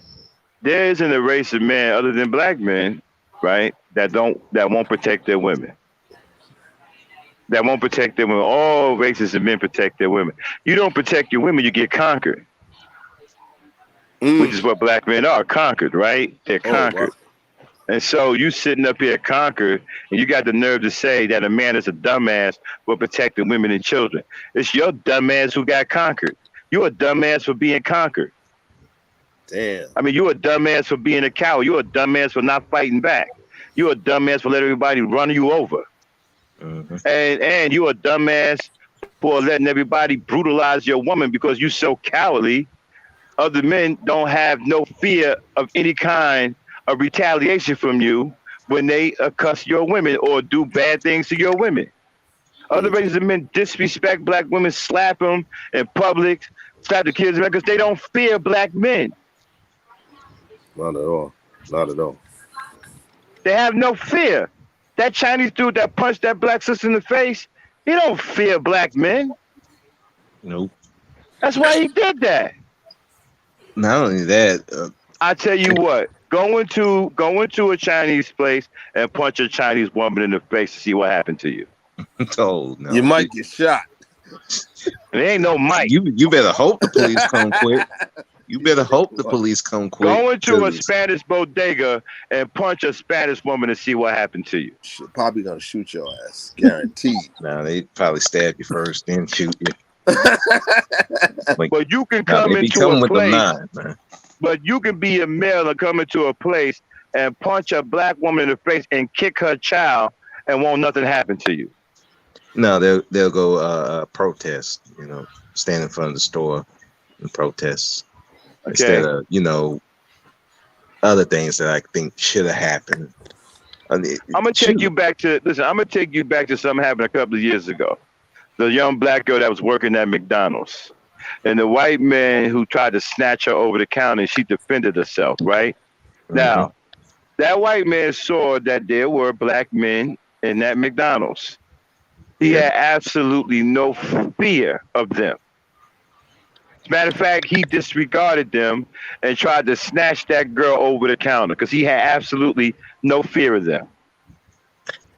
Well, I mean, no fear of them. I bet you won't. Check this out. I bet you won't go into an all-white McDonald's and do that to a Becky. Oh, go into an all-white McDonald's and try to snatch a Becky over the counter and see what happened to you. Nah. You won't. But you'll be dead. You'll be dead by the time the police get there. I guarantee you. When the police get there, you'll be laid out on the floor dead. Because the white men in there, right? They'll deal with you. According, they will deal with you. Yeah, all right. With the quickness. Oh yeah. Don't know her from a bar of soap, but hey. And you know what? Here's another thing too, right? I don't understand, right, how you don't have any manhood about you, right? A man's supposed to have some self-reflection, right? I mean, it bothers me to be I can't be a coward. That eats away at my soul. And I'd rather get my ass whooped within an inch of my life than to be a coward. I don't understand how motherfuckers is okay with being a coward today. I don't even understand that logic. Because there's nobody to, like you said, back in the day, you had to be brave or you was going to get ran over. You had to be that way. You had to fight. Today's time, they really don't have to fight. You gotta admire, well, admire is not the word, but be in awe of how this society has gotten black males like these ones that we're talking about, got them to the point where they don't view themselves as cowards. They don't feel that they need to fight. They really don't. They really don't view themselves as cowards. They don't view them that way. We'll fight and shoot each other though. Right, it's a badge of shame that they wear with honor. Here's another thing too, right?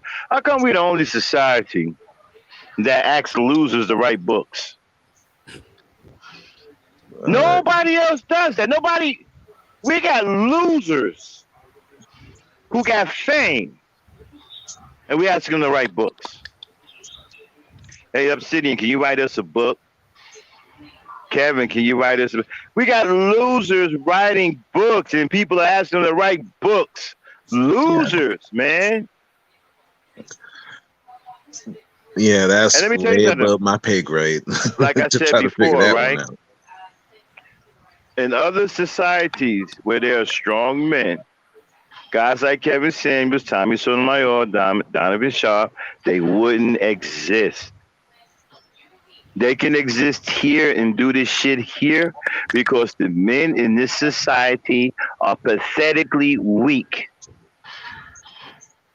That's why you got guys like this, because the men are weak. You don't see this in any other society. You only see this in black society. There was a Mexican who tried to pull a manosphere over in Mexico and got smoked while he was doing a live. Tried to come on live, start talking about the Mexican women and all that crazy, trying to pull a manosphere and got smoked while he was doing a live. Yeah. Because the men over there are strong. You're not going to come over there and start this counterproductive shit. The manosphere and this kind of rhetoric is counterproductive to our society. Other races of men would not allow that to happen. That can only happen here because the men are weak. That's why you got guys famous like Tommy Sotomayor, Kevin Samuels. You got the manosphere. What the fuck are we doing with a black version of the manosphere? Yeah, we look like copying white boys. What are you copying white boys for? Yeah, and then and the thing of it is, they're not their version of the manosphere is not. They're not as prominent, but I will say this though. They seem to have it more together than even the black manosphere. I don't. You see, my whole problem is this, right? The white man is irrelevant to us because he has power. Yeah, we can't do what he does. Right. We don't have any power. He can do whatever the hell he wants. He runs this country. Right. He carries the power here. So us trying to measure ourselves up to him, right, is ridiculous. We have no power. So you can't do what he does. You don't own nothing. You don't control nothing. You don't write any policies. You don't dictate nothing in this country. You can't do what he does. When you get some goddamn power and stop being a punk and stand up and be counted as well, then we can sit up here and talk about you making some kind of move or you doing something to establish something. Until then, you can't be copying off of white dudes. You ain't got no power. White man can do whatever he wants. He makes all the goddamn laws.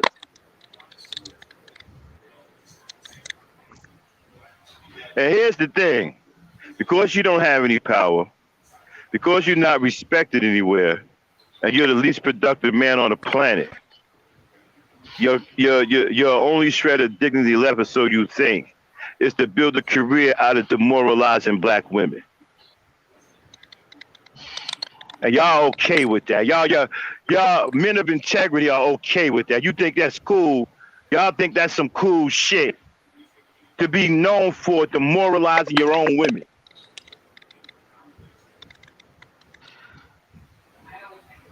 Y'all think that other men respect you for that. You think that other races of men respect that.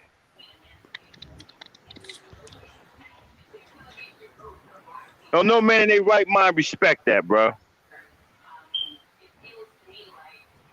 Building a career and then calling it talent. Disparaging and demoralizing women, and they got the nerve to say it was a talent. And you got motherfuckers like him and Obscene and the rest of these punks, with these mean mug posters. They may as well be taking pictures like the goddamn white supremacists used to take next to lynch bodies. Like they making breakthroughs. Like these are important men. Men who demoralize women, men who disrespect women, men who teach hatred towards women. Men who are womanizers themselves and are abusers of women. These are the ones who are getting accolades, and these are the ones who are getting prestige, and these are the ones that you're looking up to.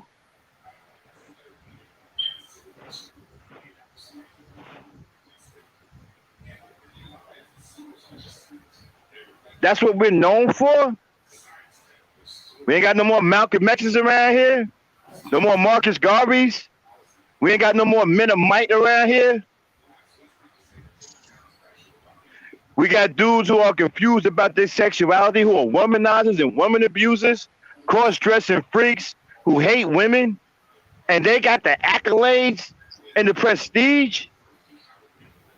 Come on now. Come on now.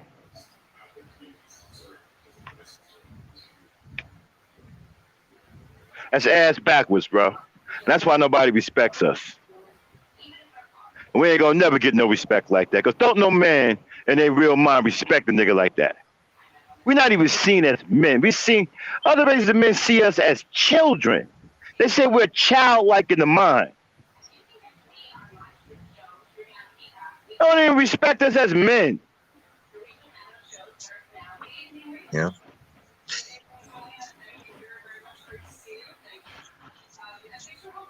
Yep, the children easily controlled and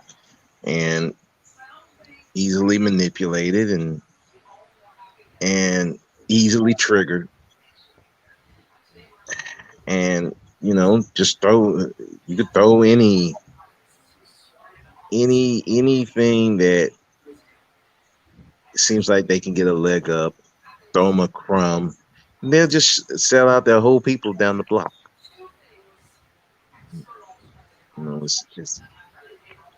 It's that whole thing of they want to look powerful, but they don't actually want to take the steps to be powerful.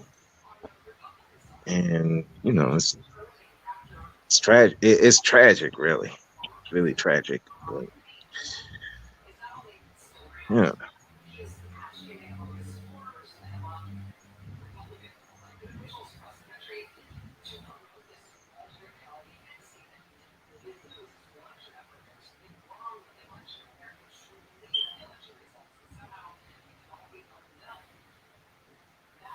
Okay. Hey, Trinity. Hey, Trinity. Trinity. Hey, how you doing? Peace. Can you hear me? Yeah, we can Loud hear and you. clear. Loud and clear. Hello, can you hear me? Oh yeah, Loud I and can hear clear. you. Yeah, we can hear you. Max is gonna Yeah. be Oh, just okay. for a while. He'll be back. Hi, everybody. Peace. Peace. Yeah. Okay. So what do you think of Kevin Samuels putting words in our mouths, saying that black women? For some reason, you guys are borging out. I think it's my internet. Yeah, I think so. Cause So I don't hear nobody borking on this end. yeah, I don't. Am I borging to you guys No. or? No. No, you're good. You good on our end? No.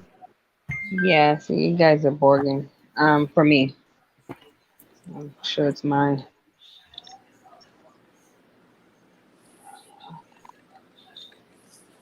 I'm not sure what I can do about that.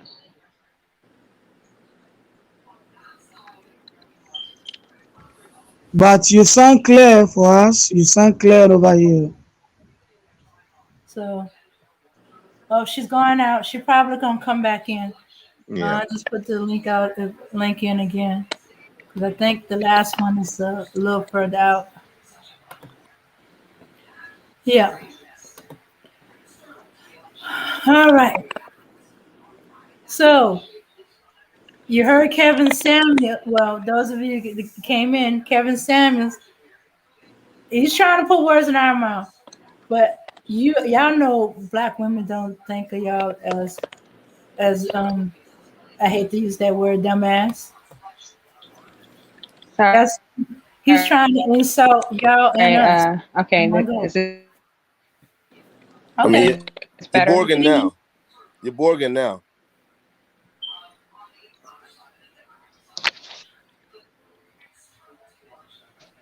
on my end? So if I don't get frustrated. um. Yeah. Hello. Oh yeah, we here. We can hear you. Oh, okay. So what were we talking about? Oh, I was talking about the topic of Kevin Samuels saying that black women think black men who defend them are dumbass. Now, I said what I had to say about it. I have not said what she said about it, but we want to hear other women, you know. And since you ain't Oh, you don't bite your tongue, Wait a minute, Dane. uh-huh. He said that black men were yeah. dumbasses for protecting Um, black women. Huh? He said I, he said black women think black Oh, men who defend women are okay. dumbass. Oh, really? Okay. Hmm. No, I just had to get that question before I made a response Yeah. or get what you were Okay, I saying. forgot you came in after we listened to the video, but we heard it Yeah, from right. his own mouth.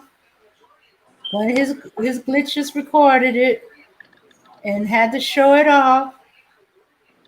Had to show off his man defending himself.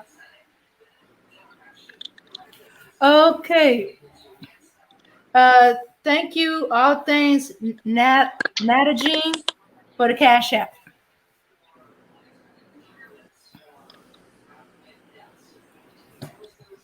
Okay, so that's what the original topic was about. so But you know us, when I first started listening. mhm. Go ahead.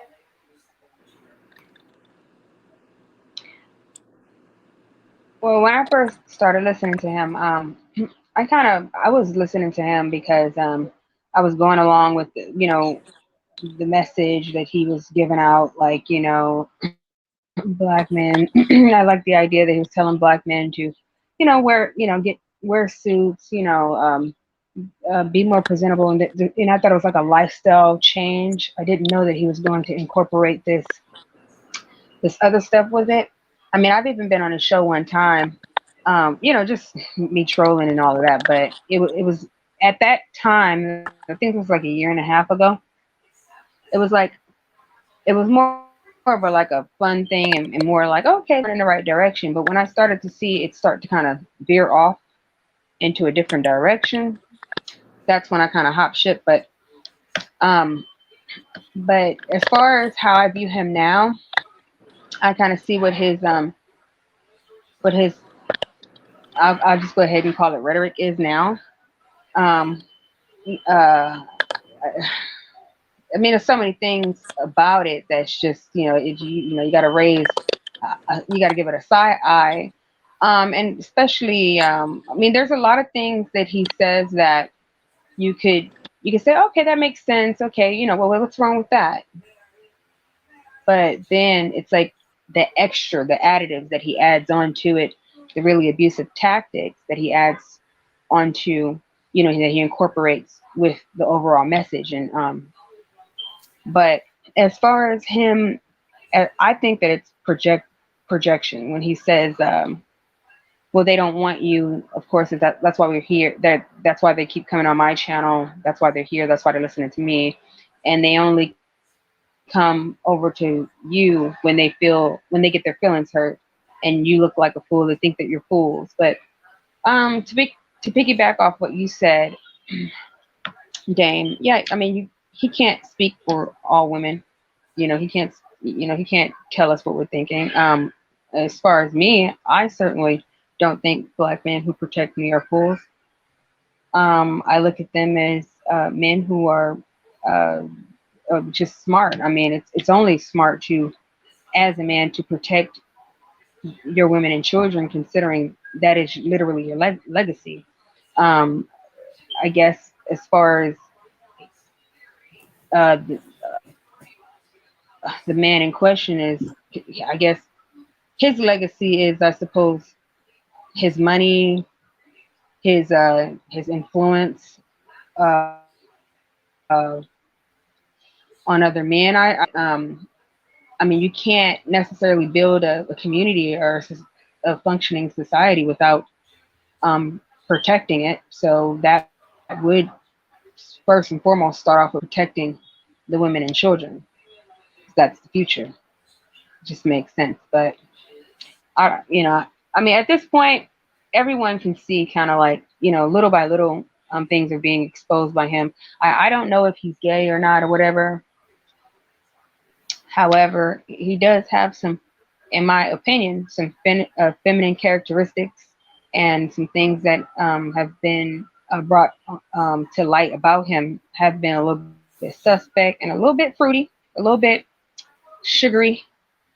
You know what I'm saying? So, um, I mean, everybody, like even like he admitted it that he's always been accused of being feminine or gay, and those characteristics definitely show. Um, the thing is, I don't think that women necessarily mind being corrected or like shown a new way, but I think that the slap in the face, well, for me personally, is that when I'm receiving this information from a man who I feel like is not giving me correct corrective criticism, but they're criticizing me because it's more so like a competition. And when I see that you are showing like feminine attributes and that you seem like you're competing with me, I don't want to hear about how I don't hold up to some imaginary standard. I don't want to hear your criticisms. I don't necessarily, I'm not going to validate that. Of course, I'm going to push back on it because I see it for what it is. Like, okay, well, of course, you don't feel that I qualify for a quote unquote high value man or anything, um, or any basic necessities that I might need as a woman because you, in my opinion, probably want to be a woman. So, of course, you're going to tell me that I'm not good enough because you want me to fall back so you can. So you can get the benefits that you think I don't deserve. So you could take your place. I think his message wouldn't be so insulting. Yeah, I think his message wouldn't be so insulting if he wasn't, and not to disrespect him, but if he wasn't so feminine. Like if he, and if there wasn't like random glitches popping up on his screen.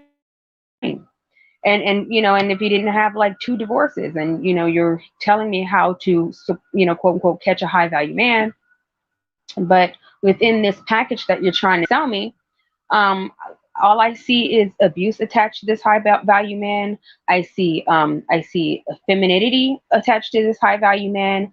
I see my voice being snuffed out attached to this high value man.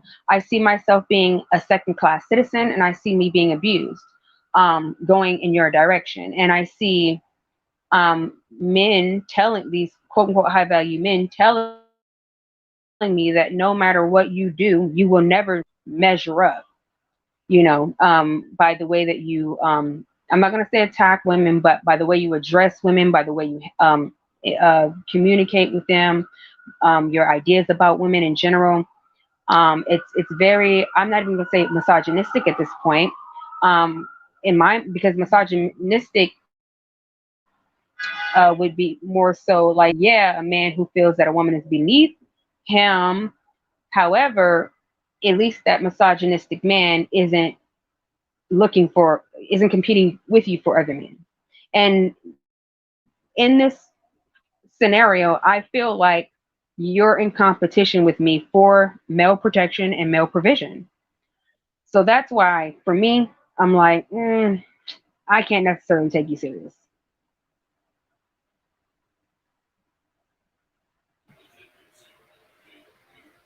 Hello? Hey, all right, just making sure you fade out. Yeah. Very, very insightful, and done it, and very intelligent. And some stuff I didn't pick up on.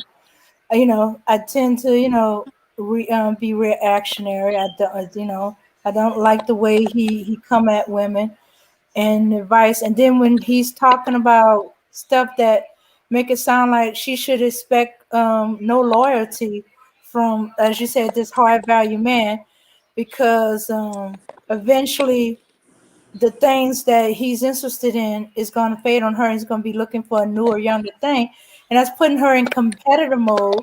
And she's not going to feel safe. She's going to always have to be on alert that he's going to leave. And I don't think, a true high value man. Well, the high value man they picked out is not a true high value man. You know, yeah, because if he just sees me as temporary and not part of his life forever, then he's not high value. And that's what it sums to. That's what it Mhm. really comes to in this whole thing. You're just going to be temporary because, you know what I'm saying? He's going to keep it pushing. You know what I'm saying? Their whole mentality is, yo, you know what I'm saying? Trying to level up, level up, level up. They ain't trying to like go steady, settle down and be family. They're very anti-family. Yeah, yeah, yeah. And sometimes I don't Well, he understand. packages his message as though he is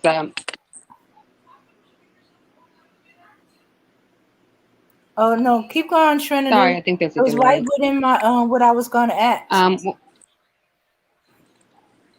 I think he packages his message as though he's promoting family units and for Black women and men to get together and have this functional family unit.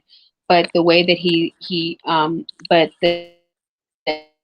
it's the additives for me. It's the abusive extra context that comes along with it that it kind of puts, it's like, okay, yeah. For instance, there's this qualification that you have to be a certain weight, you have to be a certain age, you have to have a certain prototype, you have to have a certain personality, you have to speak, these different things. Okay, it's like, okay, yeah, but after I do all of that, right, and I invest all of that time into becoming this the perfect prototype for quote unquote a high value man, then I'm investing all of that time, all of my money or whatever into this idea of obtaining a high value man. Then to turn around, but when you turn around, you're teaching these quote unquote high value men that we're disposable. So it's like you are putting a high value on their investment, but you're not putting a high value on our investment. So you're kind of looking at women as second class citizens, and I don't think anybody wants to be put in that box, because a woman's investment is it's really it's more vital for women because we only have a certain amount of years for fertility, for youth, and for all of your qualifications.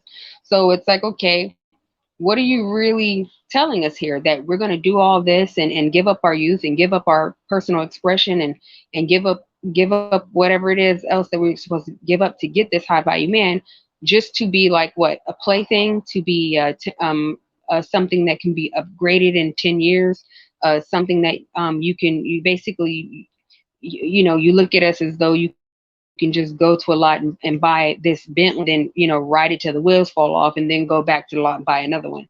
And it's absolutely absurd.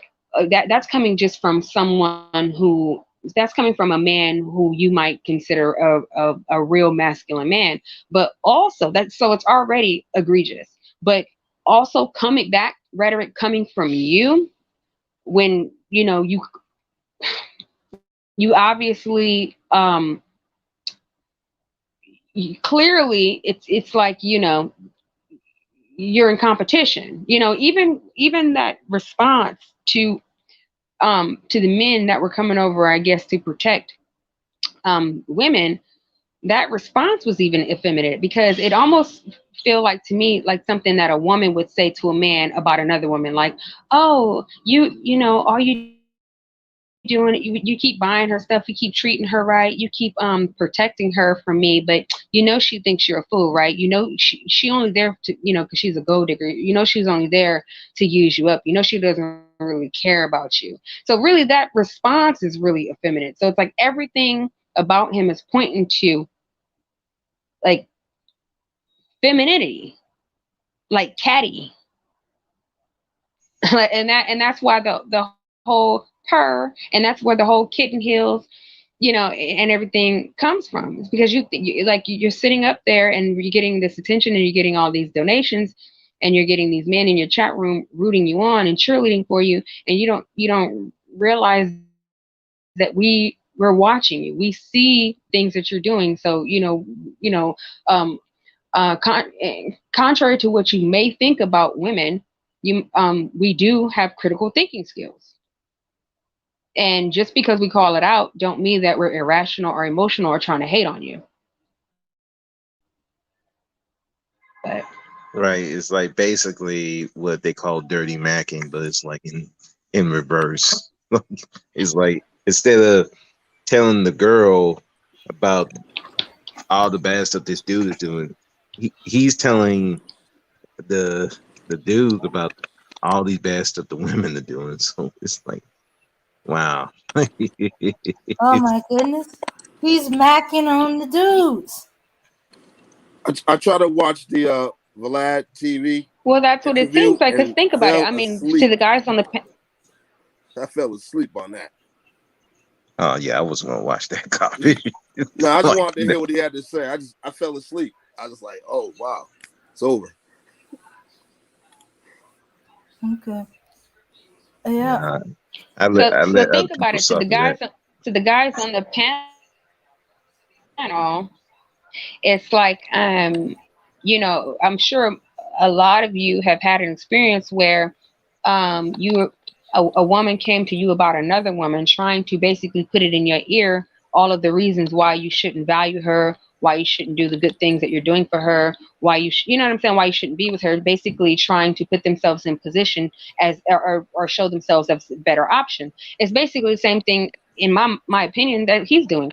He's like, well, why are you trying to protect them? When you can be over here with the brotherhood. It's like, huh? Yeah, That just sound all kind of suspect. Yeah. Yeah, it's yeah. we. It, yeah, I mean that's perfect way to think about it. I'm like, okay, you're trying to keep me from this woman.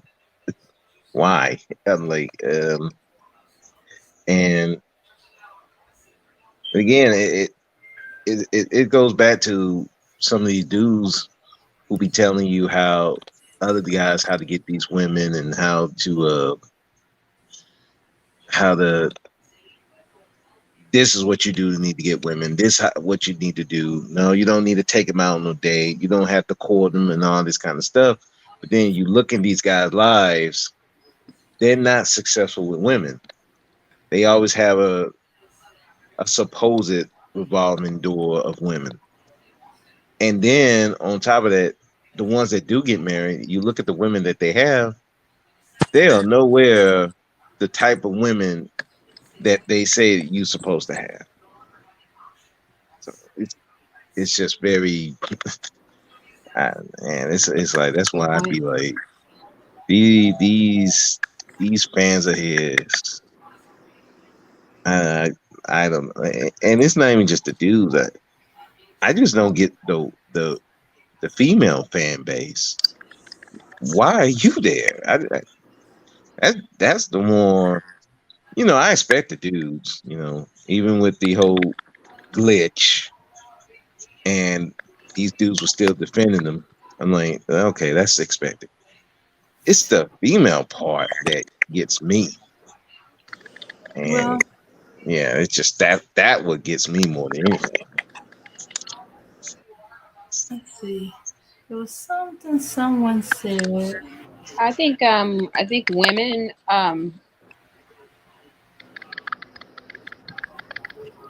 they go on there because they like the idea. Who doesn't like the idea of having a quote unquote high value man? You know what I Mhm. mean? And so that's the lure. And so when you're dealing with a woman who feels like, okay, obviously what I'm doing is not working. This guy, he seems to know the answers, and he has all these men in the chat. Okay, maybe I need to do some self reflection. And I think that these women are genuinely going there trying to, see, okay, hey, what can I do better? What am I doing wrong? I'm willing to learn. But I don't think that they're being lured into like basically a snake pit. And they don't understand that they're not going there to actually get true improvement. They're going there like as like to be basically if I could compare it to something like a minstrel show. Like they're going there to be paraded and degraded for basically donations, like a joke, like a clown show. It's like mocking. They're there to get what they feel. I mean, this is basic needs of a woman. Women want men who are going to protect and provide for them, and they want marriage. They want healthy family units, and I think that they're just sometimes they just go into a situation they don't really know what they're stepping into.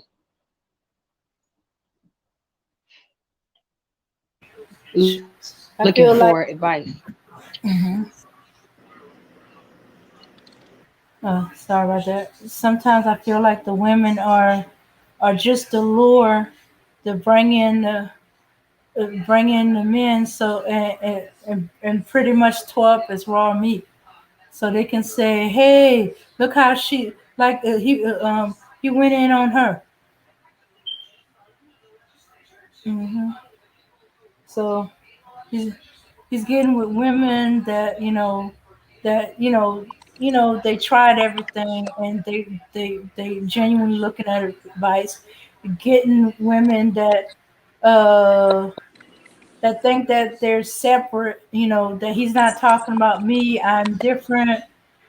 He's luring women in who um who think that they suspect heavily is gay, that they can change him.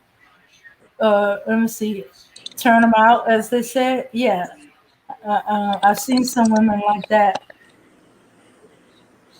I mean, but yet they all just the fresh meat, the lure in the hyenas to come in and laugh and eat up on their pain and suffering. Yeah, I agree with Trinity. It's all a show. It's all a minstrel Right. show. It's all entertainment. Internet. Phenomenon of some sort. You know what I mean? But I don't know, man. Like I said, I was not impressed with what he was saying. I'm just like, why are people? What's the hoot and holler? You understand? And I'm thinking, all right, well, this is all on the strength of black women. So I'm like, all right, well, this is why. I guess he's relevant.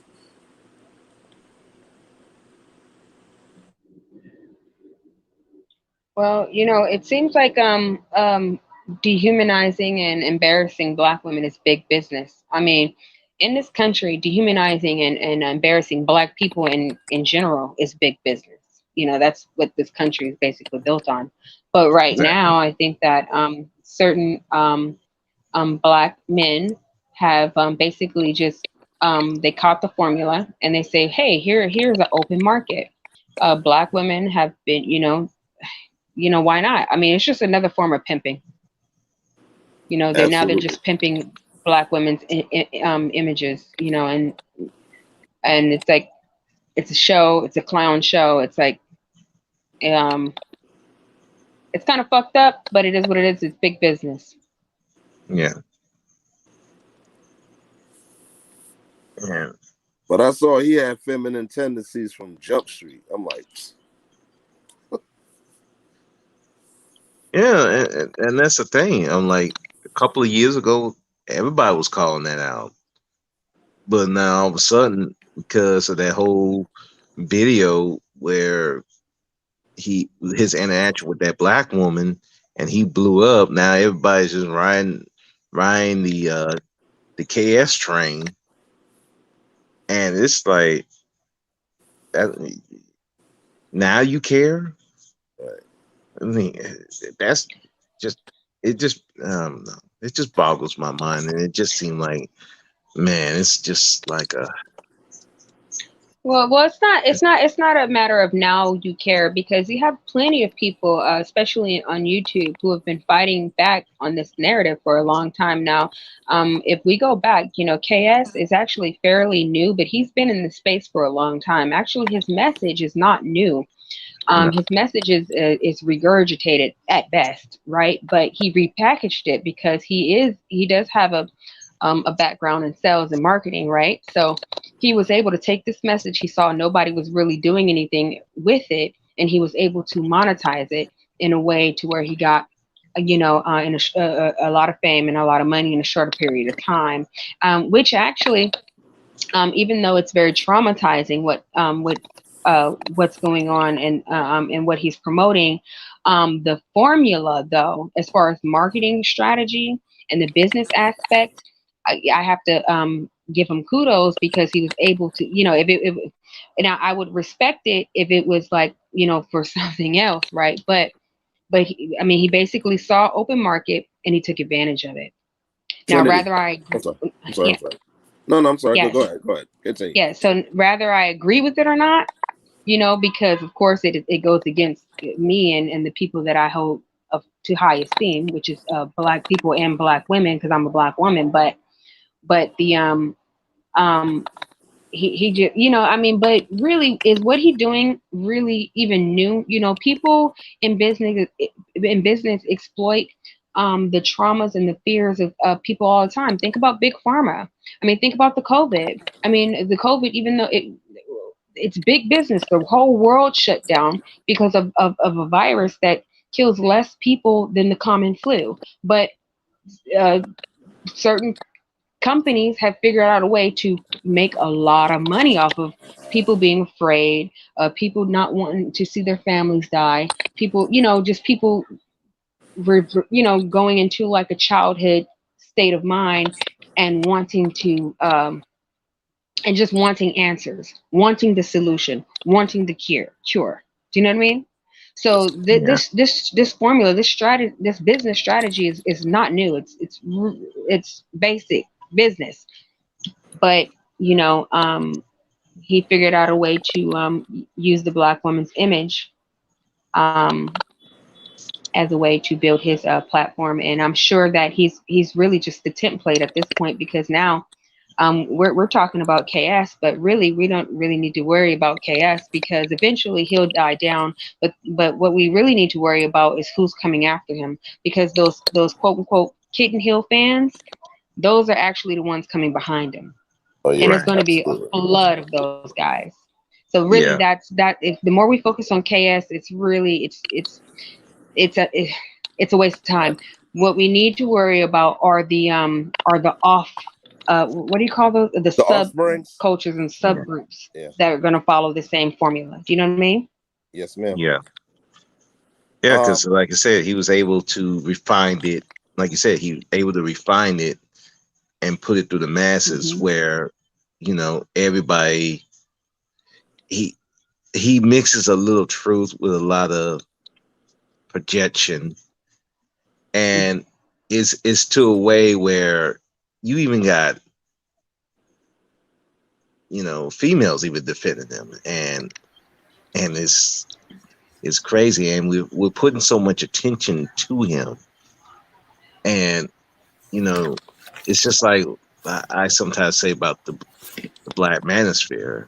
We're putting too much attention to them, but we need to be worried about the people that come after them, because there's Well, yeah, there's a bunch of think about it, because how do you think KS was created? Like what you were saying. Oh, you care now, so that tells me that you've been here for a while. But think about it. People were pushing back on this years ago, but no one would have thought that this would have went viral. And so KS have now, it's like he's a hybrid now. So he has taken this social media back chat kind of like little group thing, and it's kind of hot. Now it's a hybrid into, like, now it's mainstream. Eventually it's going to become main culture. And so it's going to be well, it's already popularized, but now who's going to be the next person? And as far as going back to what you said about the females supporting, I think it goes back to what Dame said. A lot of these women, there's a lot of women who women are competitive, just, and catty. So it's like, okay, well, you're obviously not talking about me, because everything that you say is, I fit all of the qualifications. So they're in a mindset of, and competing with other women anyway. And I think that that's the main driving force of this product, because there's always going to be women who are going to say, okay, hey, fuck those other ones. I want my buttery biscuits. You know what I'm Right. saying? Just like with Yeah. quote unquote white supremacy, you're always going to have what you call the bourgeoisie or whatever, the elite or whatever, of black people who are going to say, well, fuck what they going through. They're not up to the standard. I'm up to the standard. Where's my prize? I want to be. I'm. Like I think I heard Max say it earlier.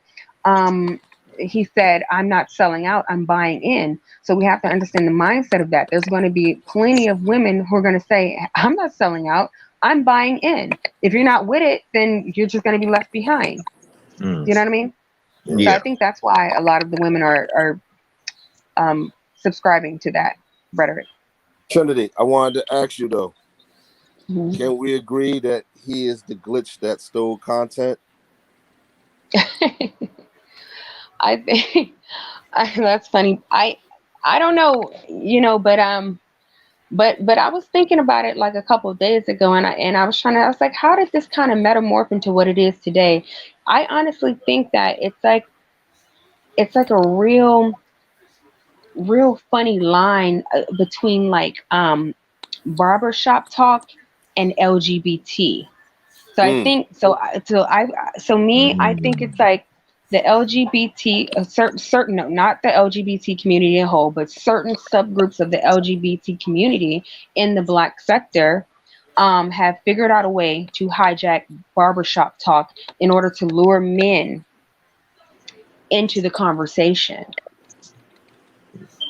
No, Do you know? Do you know what I mean? Oh yeah, I yeah, do. I I do. got you I do. Yeah. completely. Because yeah, some of this talk, yeah, there's barber talk in it, but then it's like you're adding dudes who really want to be with dudes, and they're allowed to speak. It's just like how the LGBTQ, some sectors even get involved in when we talk about straight relationships, like that whole thing about partner and lover type of thing. Those were really reserved for LGBTQ relationship, and now people are adding that to their own straight relationships. I'm like, why are you calling this person uh, a a companion, a partner, a lover? Shouldn't that be your boyfriend, a girlfriend, husband, wife? I Well, mean, these are that's the well, these are how the lines are kind of blurred. So so a lot of these conversations that the men were having in the quote unquote manosphere, a lot of people, a lot of women especially, were kind of disgusted by it because they never heard men talk like that before. But let's keep it real. A lot of these conversations have been going on for decades. It's just it was not in front of women. It was in groups of men. It was there's a Right. term for it called barbershop Locker talk. room, yeah. Yeah, Barbershop, locker yeah, rooms. locker room, yeah, where mm, men could talk to each other and they can say the most egregious shit and they're not judging each other, and but you know so basically you have two cultures merging. You have the barbershop talk of men, and then you have like the kind of sissy men talk, and they're merging together, and it's like it's kind of hard. It's smoking mirrors. You can't really see your way through the fog because you're in it. And I don't think that all the men who subscribe to a KS are feminine or even homosexual. I think that a lot of them they genuinely came there um, in the hopes of improving themselves, getting their swagger right. You know what I'm saying? Swagger, I know it's kind of like a Yeah, gay no, term, it's all but good. It's all but good. yeah, but getting their image right. You know what I'm saying? And to be able to talk openly with a group of men, and it's the excitement. You know what I'm saying? And then you're on the internet, and you feel like you're a part of something, but not really understanding and seeing like, okay, there's like a film here that like there's an underlined uh feminine like, you know what I'm saying, kind of sissy, this sugary thing going on here that okay, I'm gonna just ignore it because I know that I'm not really on that tip. I'm, but fuck it, I'm just gonna take, I'm gonna take it for what it is. But so I think it's just like any other product, when a when there's a new product. Okay, for instance, like everybody went crazy over the spicy chicken sandwich, right? Oh, yeah, the It was a Popeyes, yeah. craze. Yeah, it was a craze, and people literally got murdered, trying to get one of them fucking chicken sandwiches. You see, that's the hysteria. And then especially when you're around people that look like you and they're seemingly talking like you. So you're like, okay, there's some camaraderie here, not understanding that even in your group, there's also subcultures and you really don't know. That's why you always have to stand firm and rooted in your own you can't allow yourself to be swept away by hidden agendas. You have to be rooted in your own what do you call it? You have to have discernment, and you have to be rooted in your own morals and integrity or whatever, and your root system. You have to stand to it, because if not, you're just going to be swept away. Because no matter what organization that you consider, or group, or person that you think that you like, and if you have to just enjoy things for what it is, but also stand firm in who you are, because if you don't know what shit could lead you into. You know what I'm saying? And it's not just with this new fad or this new product. It's also with religion. It's also with sorority groups and all that type of shit. It's okay to get excited about things, and feel like, okay, I have a voice. Oh, nice. Whoa, this is awesome. But still be balanced. That's the most important thing. Be balanced. And I think that that's an inner work, though, for us as individuals, in my personal opinion. Yeah. Your earlier analysis of dude, I respected that. I'm like, word. I liked it that. You like your whole opinion on KS. I'm like, okay. Like, you're like, okay, I'll give him credit here and there, but overall, I'm just not feeling dude. You know what I mean? Well, yeah, I mean, but that's for anybody, and it's like, I have a lot of things that I can say, what I'm saying, but at the end of the day, it's like, really, what is it gonna do for me to just ride out on the dude? I can literally just go ham right now. Everybody knows that. Right, yeah. Right. But what would be the point? I'm gonna get excited, y'all gonna get excited, there's gonna be a good show, but really, what are we gonna take away from it? Mm-hmm. And so that's why I'm trying to remain calm and not be emotional about it. Even though I'm emotional. And I like your position. Pretty neutral. I'm trying to be neutral at the moment, so I can, be clear in what I'm saying, because really my main point, I don't want to keep the focus on KS, because I don't think he's the main issue. Because I've been thinking about this for a little while, and I think the main issue is the inner work with us in individuals. It's like, because really, is KS the only person that's going to take advantage of a person's insecurities or emotion? Right. No, he's not, in the grand scheme of things. And really, right.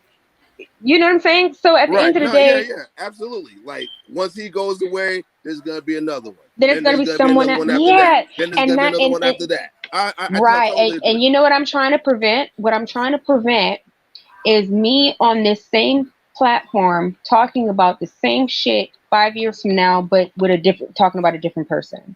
That's what I'm trying to prevent.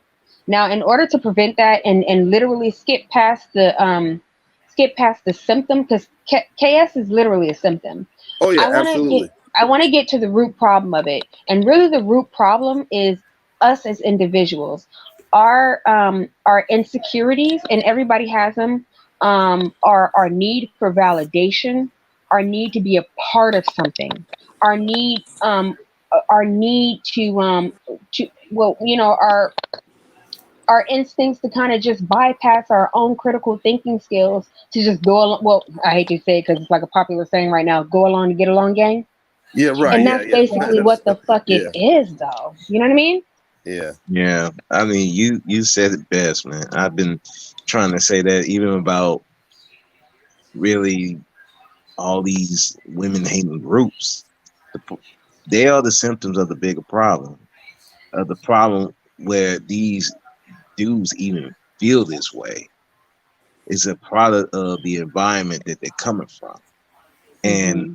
if we're not really attacking that, you're just gonna have another group come along. You're gonna have another KS. You're gonna have Exactly. another Obsidian. You're gonna have another Pink pill, or yeah, no, no, another no, pink no, just yeah, yeah, another all of. the pink, all of them.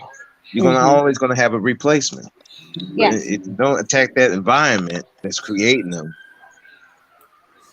So that's what it is. yeah. So basically, what? Okay. So we all know the common cold, right? We all have had it. Now, there's this saying. I don't know if you guys are familiar with it. Um, you lay down and you don't treat a cold, you're gonna have a cold for 5 days. You lay down, you treat a cold, you're gonna have a cold for 5 days. Why? Because most of the time, what you're treating the cold with is you're only treating the symptoms. You're not going to the root, which really the root. Okay, the root cause of your cold is what? Not your immune system. And so in this scenario, I would like to equate your immune system with your self-esteem. Now, if you have self-esteem, it's easier for you to have group esteem. And so when you have group self-esteem and group esteem, it's a lot harder for for a virus, right, to come in and affect you, whether it's for 1 day, 2 days, or however long, right? Because it's not about the virus that's trying to come in and attack your body. We have harmful bacteria around us every day. I mean, you probably have a million harmful bacteria just on your skin, on the outer layer of your skin right now. But your immune system has adapted to that, so it's not able to harm you. So it's the same thing emotionally with your self-esteem. So someone is not going to be able to come in and tell you, "Hey, you're not worth nothing. You got to do this, this, this, and to be valuable," right? If Mhm. if you're rooted, if you built up your emotional immune system, you know what I'm saying? So Oh this yeah. is why this is why I say this type of stuff of us being constantly bamboozled and constantly put in a position where we feel less than, or we have to whatever, is only because we have low self-esteem and we have a low group esteem. So if only we could figure out a way to focus on that and not on the viruses. If Okay. I'm making Hold any on. sense? Yeah, make what 100, you're trying to. 100. Hold on. I gotta deal with somebody in the chat. Okay, Linda Anderson. You obviously want attention. You got some stuff to say. The link is in the chat.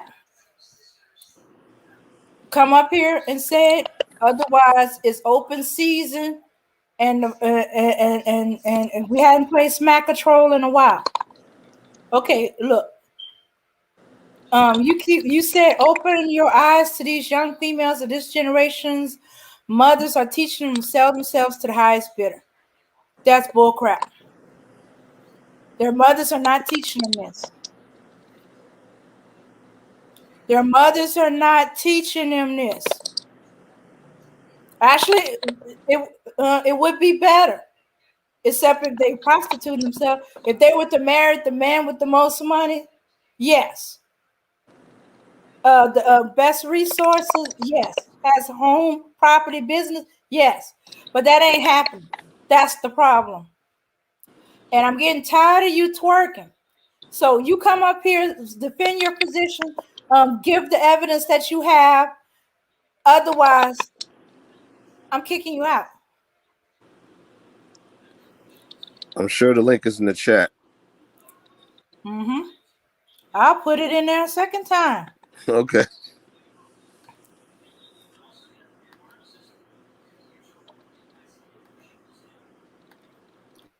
Like, for instance, that comment, it had absolutely nothing to do with the conversation, but Thank you.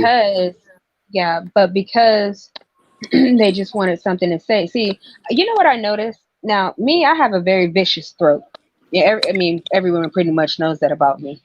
Now, I've been training myself to be a little bit more calm and more clear about the things that I say, so I can actually have some impact and not be like a clown.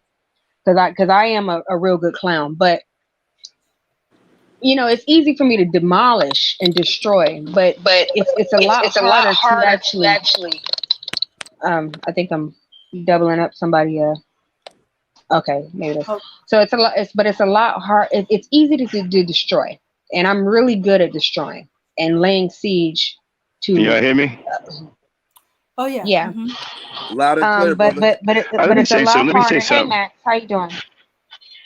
Hey, Trini, what's going on, sweetheart? Let me address something real quick. I don't mean to interrupt.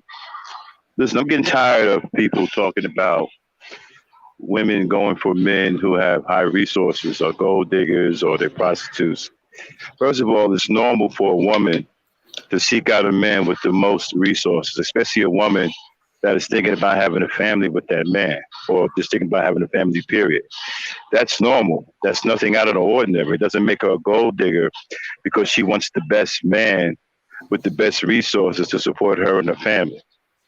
That's normal. It would be a problem if a woman didn't do that. It'd be a problem if a woman went after a man with no resources who's thinking about having a family. That woman, I would think, would have a problem. So I don't know where this is coming from that women who seek men out with high resources or gold diggers or somehow they're prostitutes and they're selling themselves to the highest bidder. Where do you get that from? What kind of logic is that? That's a natural Shame, instinct of a woman. She's shaming supposed to do tactic. that. Right. She's supposed to do that. She's supposed to want the strongest male out there.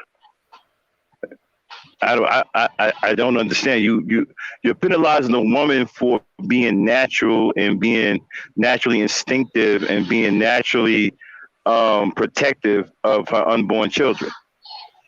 She's thinking ahead. She wants to have a family. All right. I said before, marriage is only for strong men. Weak men should never get married because weak men are unfit to be husbands and fathers.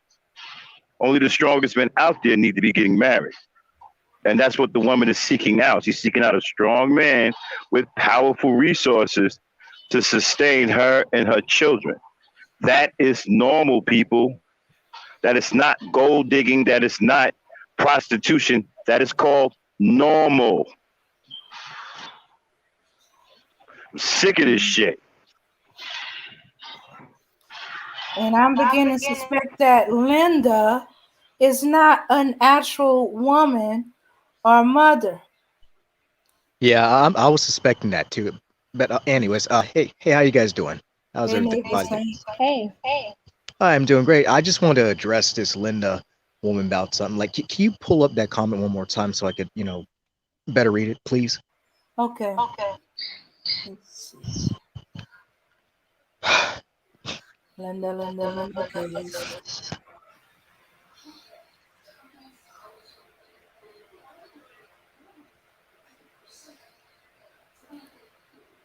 Okay, so okay, while here he's we go. reading that, I'm gonna continue saying what I was saying. I'm getting an echo. Can Oh, anyone else sorry, hear? sorry.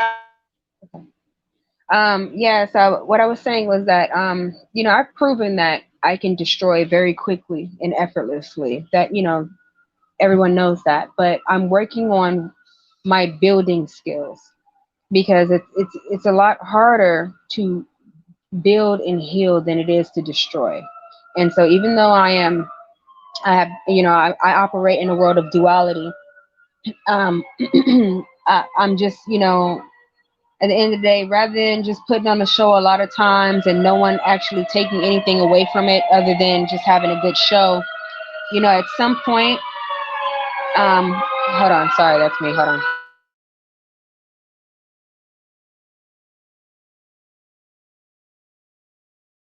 I guess I can go.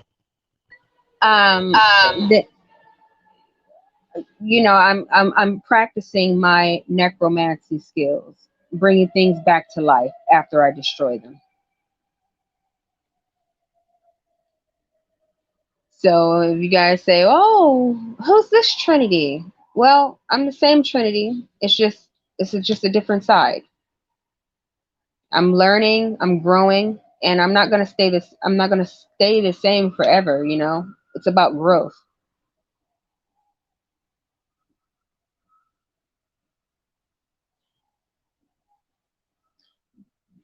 But don't try me though.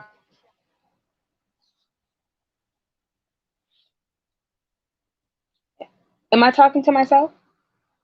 Oh no, No, just no, no, no. no, No, no. No, We heard no. but you. you want echo. We're listening to you.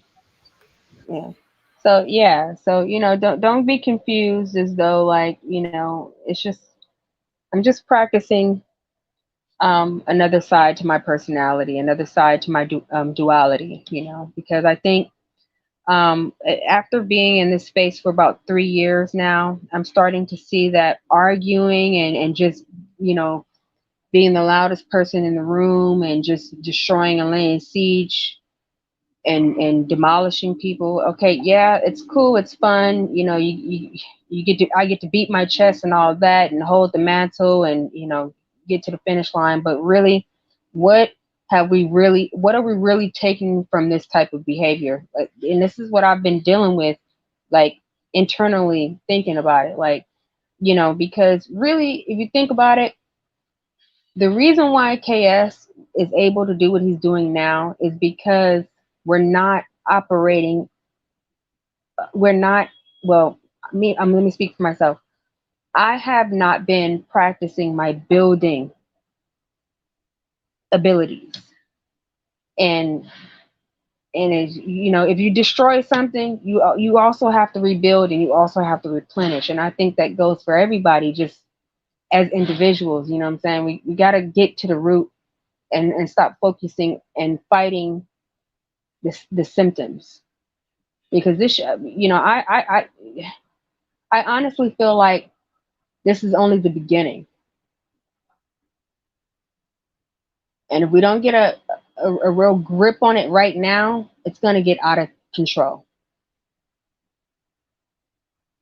So that's why I've been trying to change my ways. Anyway, I'm going on mute.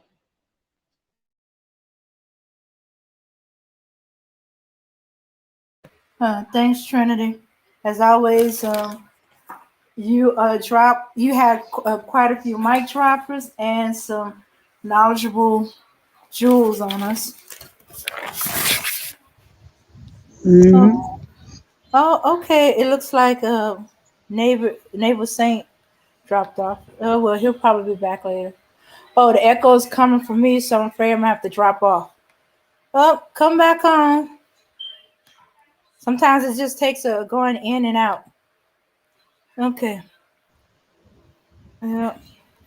Okay. So since Linda hasn't come up, she say and then another outrageous thing. Have at her. Time her out.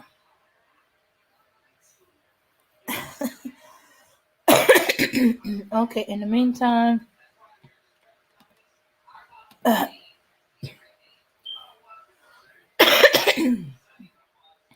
let's see. Kendall said there is a time to build and a time to destroy. It's all about balance. Trinity, that is a good book. Okay. Kendall Rowland said that. Yeah. Oh Yeah. wow, peace. Oh, for those who can't see your the comment, yeah, Kendall Rowland is back in the chat. You know. Peace, peace. Yeah, yeah. So he's probably trying to catch up on what's going on. Yeah. All right. So yeah, I think you might be right that you know there's gonna be another one, and we need to concentrate on building.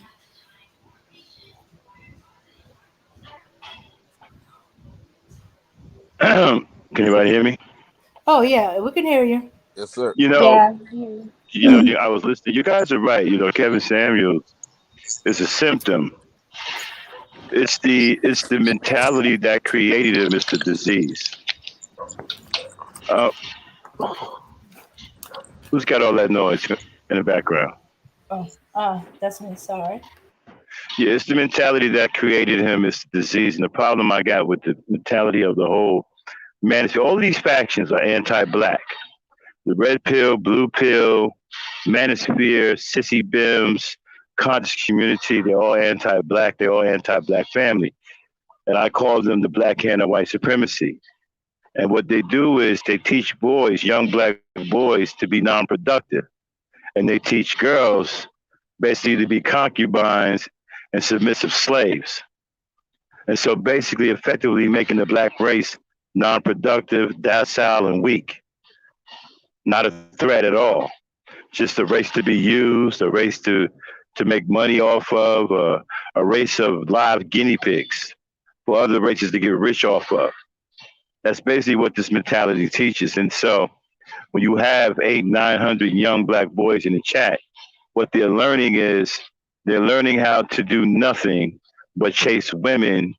They're learning how to disrespect women. They think that the most important thing that they have to do in life is to bring a woman to heel. They don't think anything about building infrastructure. They don't think anything about strengthening the culture. They don't think anything about building something and protecting it. They don't think anything about being warriors, raising young warriors. They don't think anything about that. They don't think anything about anything that is important in the world. Their only goal is what they're being taught. Their only goal is to bring a woman to heel and to get a black woman to submit to you, even though you aren't worth submitting to. You don't have any resources. You don't have anything to offer her.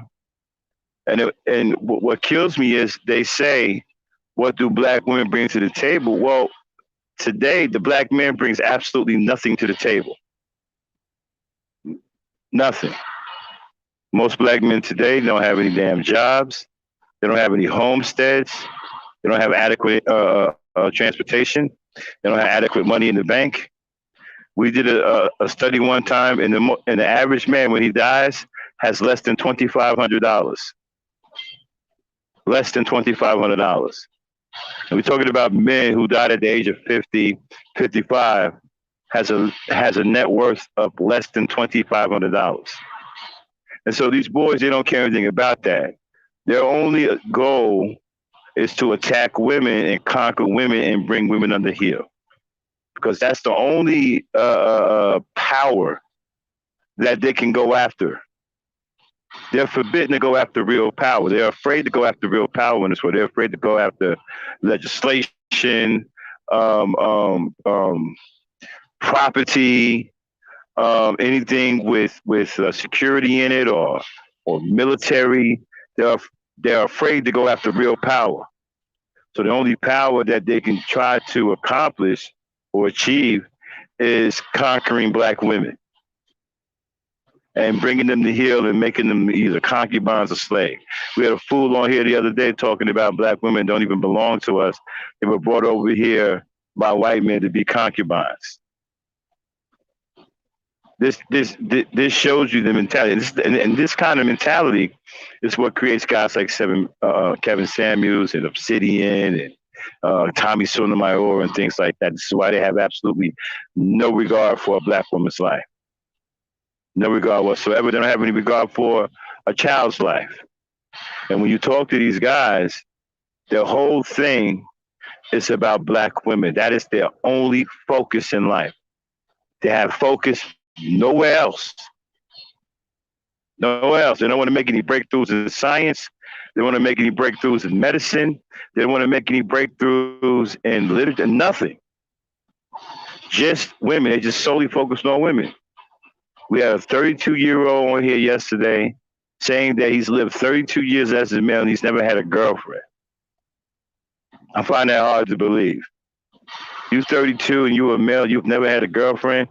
Either you hate women or there's something really, really wrong with your mind. And that's what this stuff teaches. They teach these boys they hate women. This is why I'm always railing against these books that these guys put out, because these books turn these young boys into homosexuals. They teach them how to hate women, womanize women, abuse women, and build up a a relentless hatred towards women. And on the other side, they teach them to have a soft position against men. They're teaching them to have affection against with men, intimacy with men, love with men. They've got the whole thing backwards. Y'all have heard me say before that love is for women and respect is for men. Well, they done flipped it around. They have the love for men and no respect for women. But they want the women to respect them while they love men and be in intimate relationships with men. Any fool that sits up there and say, well, we would be better off if there was no women, is psychotic. We understand that if there were no women, there would be no purpose for living. But these guys don't even seem to care about that. They want to go on some kind of homicidal existence with no women. They think that because they have intimate relations with other men, that they somehow will go on and survive. And that's what we're dealing with. That's what we're up against. That kind of mentality. And it's fast becoming a blight on our entire society.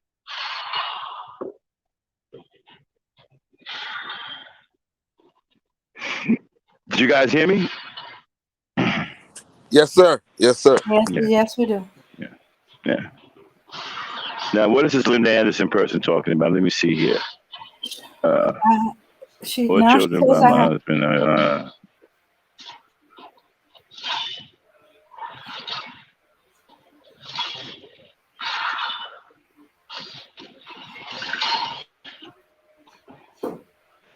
So, what is Linda Anderson's issue? Is she Okay, saying, okay. She's saying this generation that there used to be a generation of women that taught their daughters, but this next generation is teaching their daughters to sell themselves to the highest bidder. Open your eyes to these young females of this generation. Mothers well, are what do you teaching them mean? to sell themselves to the highest bidder. Wait a minute. What does she mean by the highest bidder? What is that all about? I think she's trying to say prostitution. Are you saying that the mothers out here prostituting their daughters? That's what it sounds like she's saying. I don't see that. Where is she seeing that at? Was she watching too many documentaries? What's going on? Are you talking about in real time? I don't see that. These mothers now are scared to even let their daughters out the house because they think that their daughters are going to get murdered because the boys in the street are absolutely crazy. These mothers now are trying to find ways to protect their daughters. I don't know about this higher bidder stuff. I know mothers right now in my community that are afraid to even let their daughters out the house. Matter of fact, a lot of mothers that I know have taken their daughters out of public schools. And they're either homeschooling them or homeschooling, having a relative homeschool them. They don't even want their daughters out of the house anymore. Because these young boys who have been abandoned by absentee fathers are running around here like dogs and animals, murdering people. So these mothers now are afraid to even let their daughters out of their sight. So I don't know what you're talking about when you say that they are selling them to the highest bidder. Where's these higher? I don't get it. I haven't Unless, seen any mothers do that. yeah, unless she's taking a manosphere position that women should not Okay. go for. My point is, why are there black women defending the manosphere? Do you not understand that this group is absolutely dangerous to you and that they promote violence towards you? And do you think that they give a damn about your loyalty? They don't care anything about your loyalty. They don't care anything about you. Why are you defending them? They don't care about you.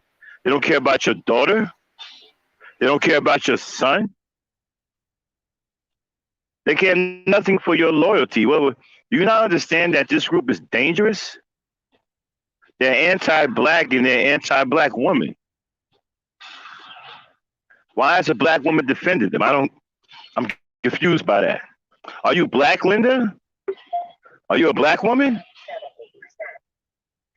Yeah, I've seen her before on other Because if you panels. crazy, because if you are, you got to be crazy defending a group like this. You may as well go out and defend David Duke and the Ku Klux Klan.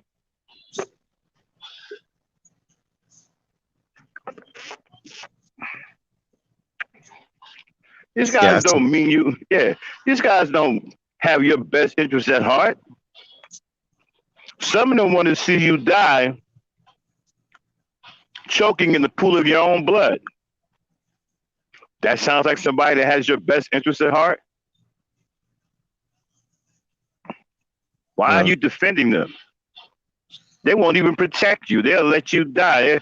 They'll watch somebody murder you and then talk about it on one of their channels and laugh about it. So why are you defending them?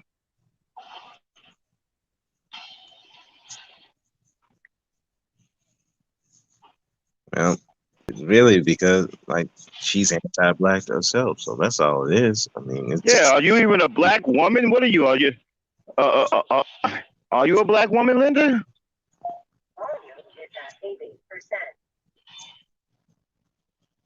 yeah. But anyway, I got to get out of here so I can get to work. But Okay. great talking to all of y'all, All right. and yeah, it's sad to say unless we really do something. Yeah, it's just gonna keep growing, and it's gonna be a bigger problem than we're seeing right now. So, y'all have a good one. You too.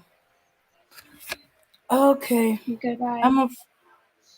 I'm afraid that the previous generations of men had messed up. They left they left their families. Their boys grew up without a father influence. Some of them went to the streets. Some of them did okay, but they were affected by it. And instead of learning from the mistakes of their fathers, they in turn not only made his mistakes, double down on it. And each generation after that, and this generation after that, and each generation, it got more and more bigger. Not that it was always there, that some men would leave their families, but it was like few. Sometimes it was temporary, but permanently, it was just a few. And those boys grew up and in turn made the same mistake. But it's gonna come down the line. Each generation it multiplies. Let's see, what's this? Yes, in the hoods, Detroit, Philly, Chicago, all Blackistan. Only the good mothers protect their daughters. Yes, I'm a black woman. I've been protected by black men all my life, still to this day. Okay, there's quite a few of us that fit in that category, but we don't blame the single mothers for what's going on in the community. Just like the boys been raised by the single mothers, the daughters been raised. Except the mothers knew what to do with their daughters, with how to raise them. Their uncertainty was when it came to their sons, because they're not male, they're not men. So some mothers over mother, overprotect. I gave I'm looking for an easy way to make some extra cash. Smother them in it, and they end up being spoiled and lazy. Especially those mothers who didn't have any support. If there was no men to, hey, her father wasn't there to help, her brothers weren't there to help, you know, male of, to go and say, hey, hey, hey, He don't need all that. He's up off of him. You spoil him. He's a boy. He can handle this, or he could do that, or let him walk, or he gonna be all right. Stop mothering. Yeah, yeah, yeah. But she didn't destroy nothing. She did the best she could by herself. As Max said, why does the mother get blamed for everything, but nothing happens to the man that walked away? Um, come back with me if you believe both. Okay, I want to hear you tell what the mistakes the man made. But no, you keep saying the mothers. See, saying the mothers. It's the mother's fault. It's the So, mother's fault. She didn't have them kids by herself. She didn't conceive them by herself.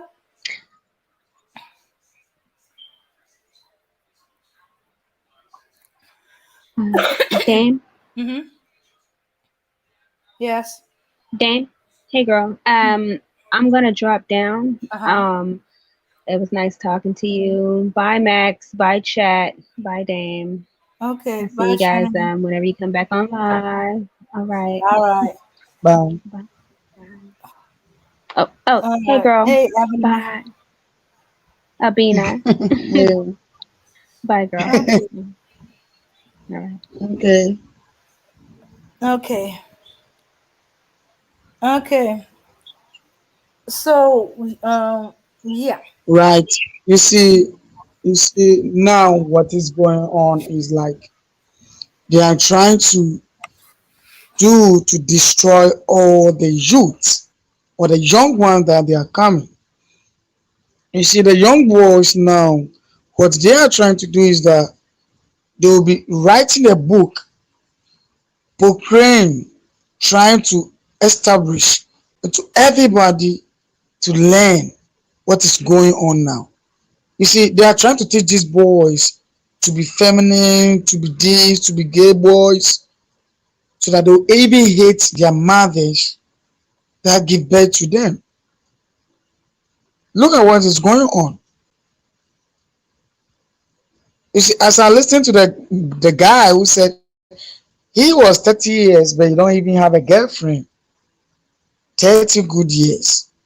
So okay, if you don't have a girlfriend, what do you have?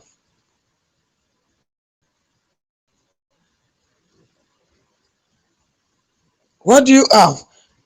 We need to sit up. We need to combine ourselves. We need to be together and save these children who are coming. Because when we don't do that, next time it will be your dog or it might be your child. Next time it might be my child. This is the case that we have to build. When we're talking about building, this is the time.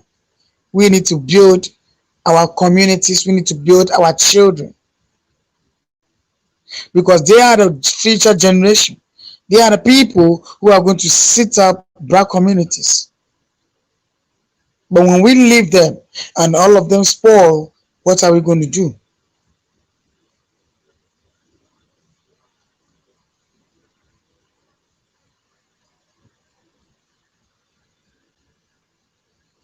We are not going to do anything. Then all of them is going to be like the way we are now, like the way they destroy these boys. For me, I think they're doing that for them to get money, but here is the case. They use it to destroy our children. All of them, they are gay people, they are feminists, they don't teach good things for anybody to learn.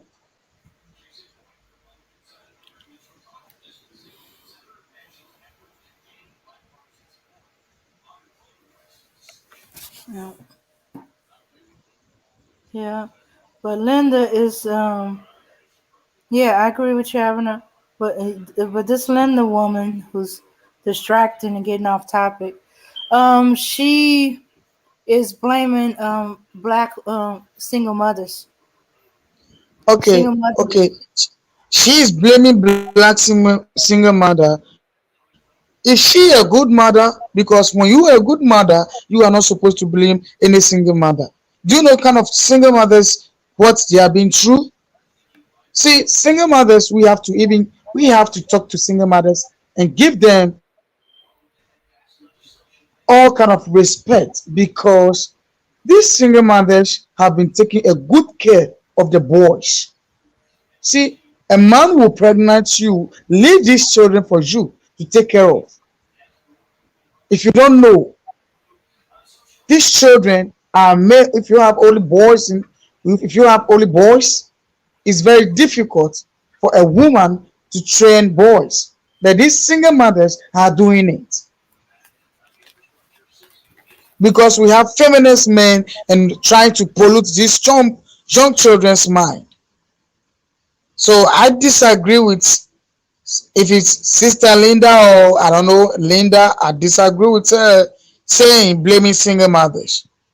You don't need to blame any mothers at all.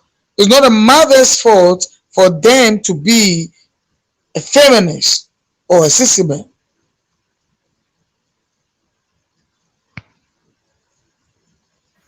Okay. Abana, Charlene from Charlene and Samson Entertainment has come on our panel. Um, Hey, Charlene. Charlene, this is Abana. Max called her the African princess, but she's our sister from Ghana. You know, so sometimes whenever we talk about Ghana and Africa, she's she's the our go to. But she's also a black woman, so we want to hear her thoughts on what's going on here sometimes, or what these men are polluting in the world. And now, um, this woman I disagree with.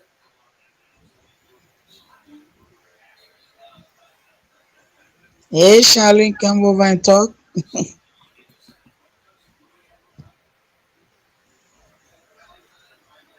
Oh, okay, Charlene, are you having a little problem?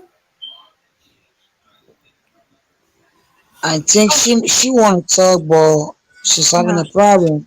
huh. Yeah.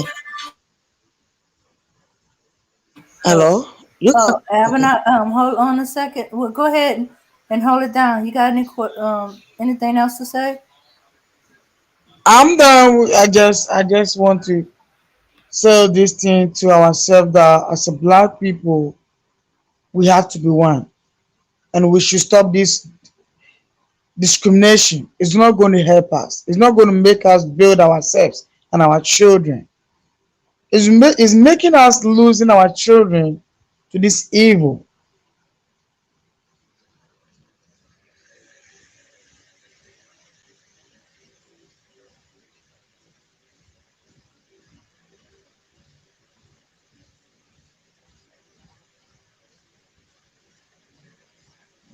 It's making us losing our children to this evil, and Mm-hmm. we are rather building nothing.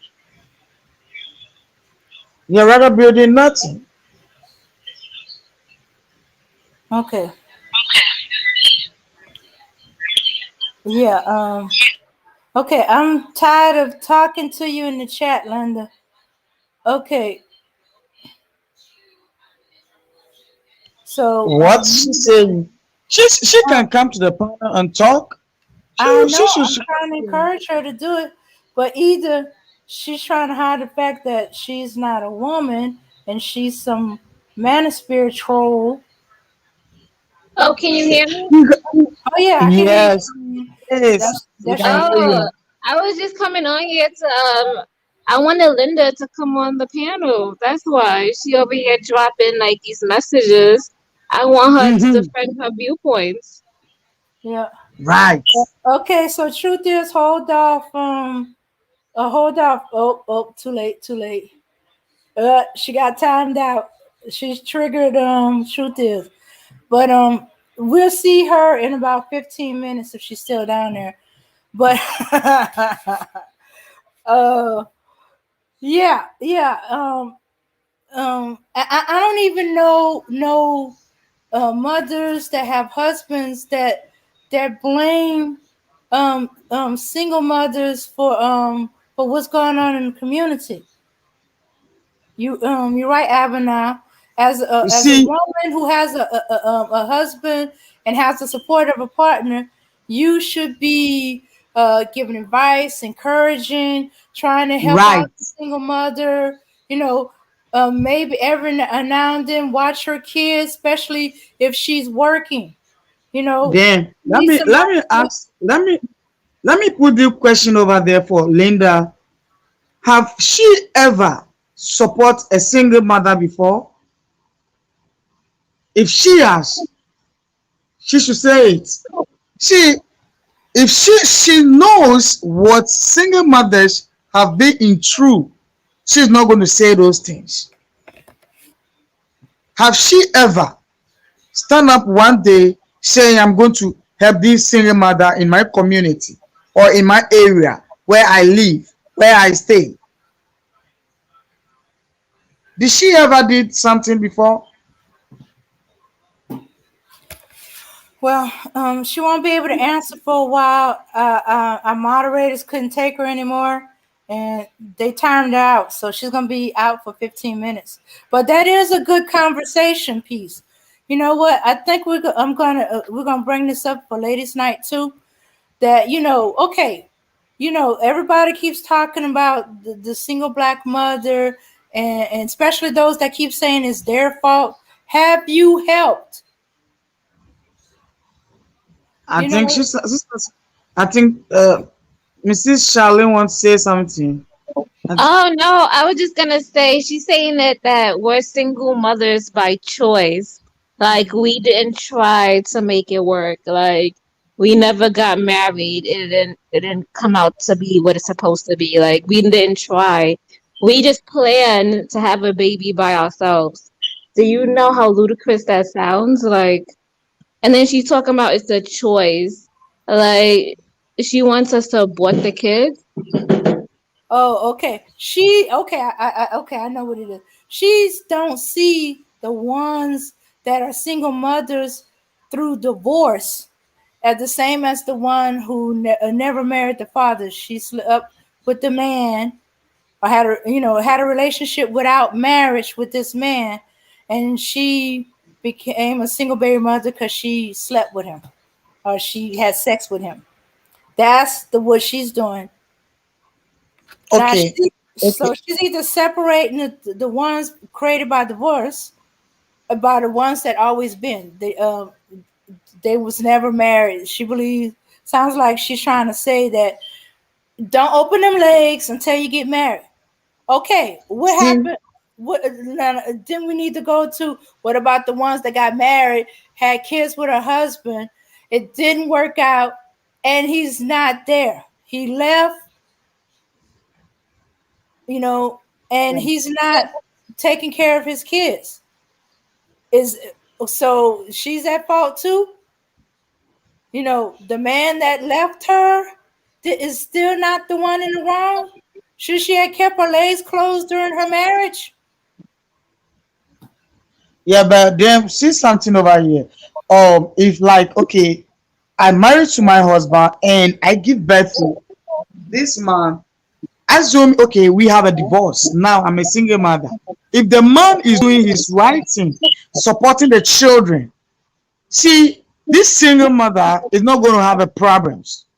But because the men are not supporting the women, they're trying to leave all these children for the women to take care of. So what do you want a single mother to do?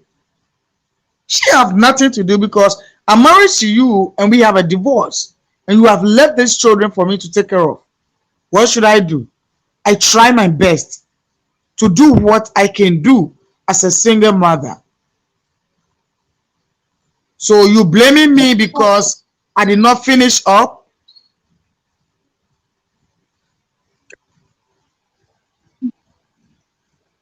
My only problem is she had that whole choice, like the choice.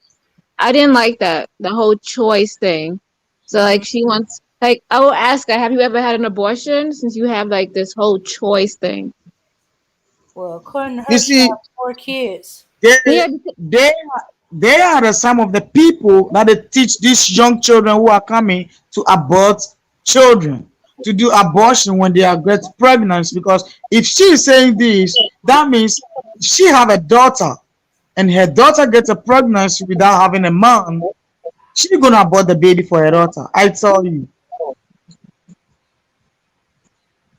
I don't know. Abortion shouldn't be taken lightly. That's not something that just, that's hard on the woman. A lot of things could happen, and that's even emotional damage. Because I know people who have had abortions, and they're still battling with that till this day. Mm-hmm. So Yeah. abortion shouldn't be. And guys talking about why she ain't getting an abortion. Like you want to get an abortion? Imagine having something grown inside of you, and all of a sudden you got to kill it within 2 or 3 months. That takes a toll on your body. Like. And it takes a toll on your You know, emotions because you know, the you mother know I'm gets gonna attached to the child. That takes a heck of a lot to or extreme pressure to make her make that kind of decision. right. But if She's you know that already you don't attached want to a that baby. baby, if you know that you don't want a baby, why do you sleep with a woman? If you know you are a man that you don't want a baby, why do you go and have sex without protecting yourself? Because always you want to do it and blame the women for everything. Yes, these guys need to have condoms all the time. Or if you're not trying to have kids, go get a vasectomy. Do us all a favor. Like, Right. Because you see, they'll tell you, oh, it's the women's fault. They need to protect themselves. Why you know that I don't need a baby? When you are going to have a sex, you're going to protect yourself as a man. Whether you wear your condom or you do whatever you want to do to protect yourself from having a child. See, this baby is innocent. He knew nothing. He's somewhere else. You just bring him to this world to came to suffer, all because of you not protecting yourself. And these mothers are trying their best to let these children be a better children in future. Then, if they can't finish all, you go ahead and blaming these innocent women. What have they done? Hmm. Yeah, they make it sound. The problem is these men make it sound like it's an easy choice for a woman. You know, because they keep saying stupid stuff like she decided to keep the baby. He don't be having any control over it. Yeah, you had control in the beginning before you had sex with her. You had choice to put a condom on, um, um, uh, pull out. Actually, I prefer the condom and the pull out, but hey, that's me. All kind of other stuff. But no, because you're lazy or selfish, you don't want to do that. You want to put it all on her. You the other side of the partnership. But she knows I didn't want to have a baby. A woman body is complicated. Even if she's on birth control, no matter what form, things will go wrong. Different things will happen. So Right, but hey, if you really don't want to have no kids, there's only two ways to do it. One is not have sex. Yeah, you don't have to worry about kids if you're not having sex. Two is the vasectomy, and then I heard that ain't 100% neither, but it depends on the one you use. I'm thinking of snip, remove the testes. Um, but that's cringing. Sorry guys. You know, that's cringing, and for young men, that's not thought of because maybe in the future they want to have kids. Okay, so if you're gonna have sex, you gotta be responsible. Don't matter what she is doing. I'm surprised a whole slew of y'all generations ago hadn't got this speech. It don't freaking matter what she's using, not using. You know you don't want to have no kids. You wear a condom. You put it up, and it don't matter what she said if she is or not. Under no circumstances, unless she's your wife and y'all planning to have kids, do you not wear a condom? You don't have it. You don't have sex. Right. I'm surprised when I hear grown old ass dudes, and I'm not talking about just 50-year-olds like mine, like I am, but 40-year-old, 30-year-olds, like, and then they say it's her fault because she didn't make me wear a condom. Dude, you're responsible for you until you create that child. Then you're responsible for the child. And you don't want to child don't never have sex without no condoms. Yeah. So I was gonna say something, it might ruffle some feathers, but like, all right. So in, I guess in other ethnicities, or like let's say the Chinese community or other communities, like I think we use sex as a recreation activity. Is not really like meant for something that's, that's supposed to be special between two people. We use it as if we're bored, you know. And I think it's like 'cause we don't have as much wealth. Maybe we don't have as much things that we could do. Maybe our minds aren't open as in other communities that their minds are open. But that's how I feel. Like we use it as a recreation activity, and it's not supposed to be used for that. No, I think you're right. I think you're right because boys think from what I've seen and heard over my years, because I have relatives and sometimes they forget I'm in the room, so I get to hear some of the barbershop talk and stuff like that, and they're all they're thinking about is getting the girl, getting her kitty cat, her JJ. They're not caring about that she get pregnant. They're not care. All they thinking is that, and and like this are young boys, and you figure they will mature and grow up, but there's always a certain level getting for JJ. Hunting for JJ is their recreation, no matter where, no matter what's going on. Hunting for JJ is their recreation. And we gotten so used to the hunting for dudes hunting for JJ that growing up, part of the sex talk is we talk about men and about boys and men who will say and do anything to get into your pants or into your panties. Yeah, nobody is there. There's very few men who are telling them, look, the object of you dating a girl is not to get in her panties. The object of the dating a girl is to find out who she is, if you can see a future with her, and make and wife her. You know, you know. Right. Mm-hmm. But Yeah. you see something that what the boys have been learning on social media now. Even if they find a girl and they see that there is a future in this girl, they don't want to try to be a wifey, but they're trying to make her a single mama.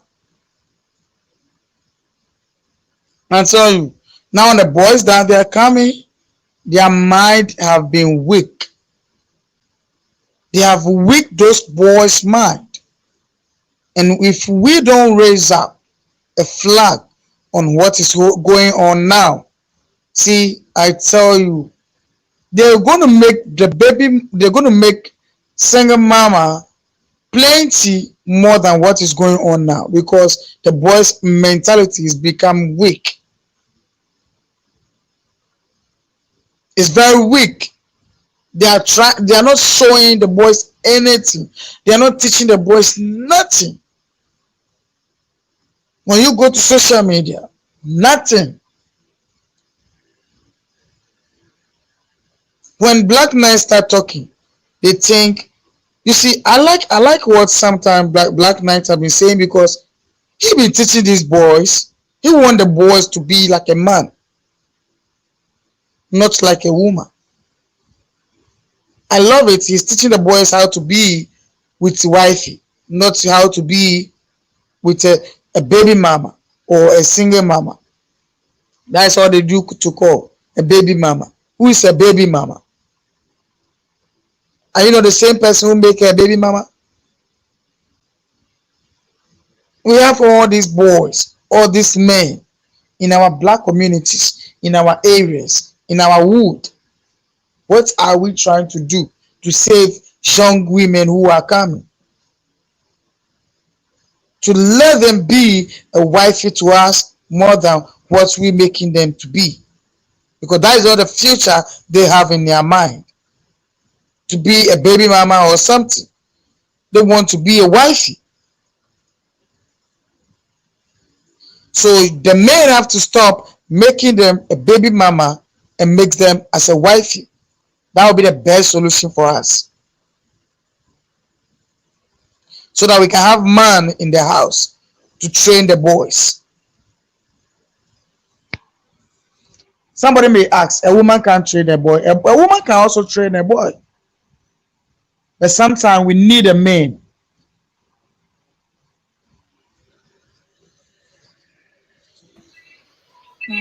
Yeah. Yeah, we can only train we can train the boys so far and stuff like that, and we'll still be given our perception. But some things, you know, it can, but it's like they don't listen to. I know plenty of mothers, both single and otherwise, who talk to their sons about sex because they don't feel either the the their husbands were telling the kids enough, or there was no the father's not there. He just was not there, you know. Um, and they can drum in the head and tell them the truth. Always wear a condom. Don't matter what the girl's using. Don't think because she's using birth control that she's safe from getting pregnant. She can be on every kind of birth control in the world and she can still get pregnant. That's why you always got to wrap up. Now she ain't gonna be able to tell him how to pull out and stuff like that. I think I never seen it explained to a mother before. That's an area that I guess mothers don't want to get into, or they don't know about it, or they don't know how to tell him when to pull out, or what it feel like when it's about. She can't tell him any of that because she ain't a man. But when it comes to always wrapping it up, she'll drum it in his head, and she'll tell him if you ready to have sex, you having sex, condoms. Tell them where all the free clinics is. Have condoms in her house. I mean it. I know I have a cousin, his mom, when he started becoming of age and she caught him messing with his five-finger girlfriend, she always made sure had condoms, had a whole top drawer full of condoms. He still got his girlfriend pregnant. He didn't listen to a thing she said. I have a whole bunch of cousins. Their son, first year, first semester in college, now they're baby daddy. What the hell? And I was like, didn't you tell him? Yeah, I told him. And knock her head. And then when we see him, we bopping him in the head. What the hell? You know? Like, no. Had the condoms, forgot the condoms. Occasionally you hear one that says the condom bust. Okay, there's nothing you can do about that. But still, there's so slew of them who never use the condoms. They figure because the girl is on birth control, they don't have to use it.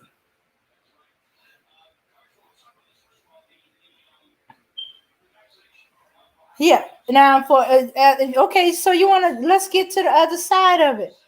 Okay, because they're now trying to blame. Okay, we get the girl on birth control. We tell her there's different things that can interfere with her birth control. Oh, don't and if she's on the pill, that she got to take that precisely every day, and then they might have to tweak it a little bit every now and then. So in between the time they're tweaking the pill or whatever you're using, mostly it's the pill. They're tweaking it, to your body and stuff like that.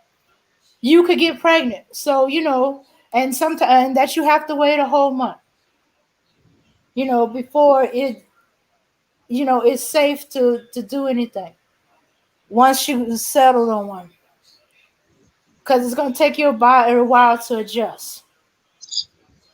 We were told about okay, first was told don't sleep with no man until you marry. Don't sleep with a man. Don't have sex with him until he marries you.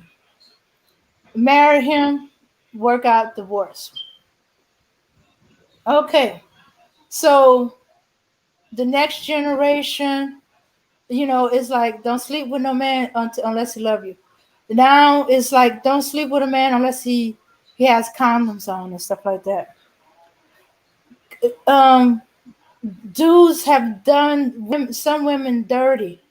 I know dudes that ripped off the tip of the condom because they didn't want to wear a condom, but she so-called made him. In other words, she said, "If you don't wear a condom, I'm not having sex with you. We're not having sex without a condom." The dude don't like condoms, so he ripped off the tip. Kendall, I'm not giving you ideas. Don't you ever do this. Got the girl pregnant. And other stuff. She was madder. She was pissed off. Nowadays, it's not the men who get pissed off when the girl is pregnant. It's the girl.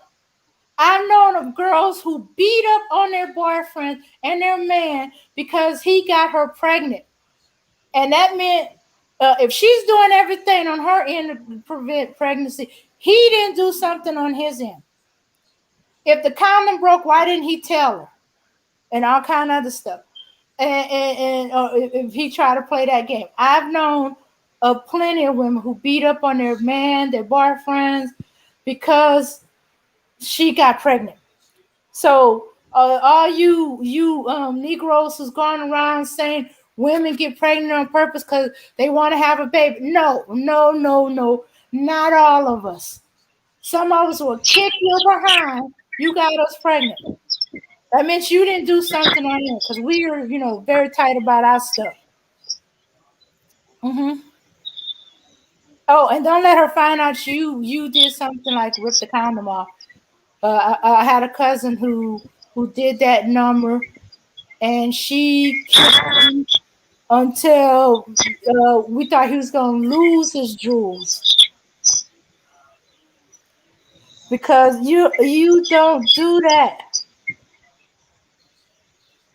Right. Hmm. But these Negroes are so desperate. I have a feeling that they didn't wear condoms, or if or they didn't have condom at the moment, and they just went with it, or they whispered to the woman, "Don't you ever make that mistake. That I love you. We're gonna get married. Will you marry me?" Do that fake stuff to get the sex, and then dog her out or leave her when things get too tight.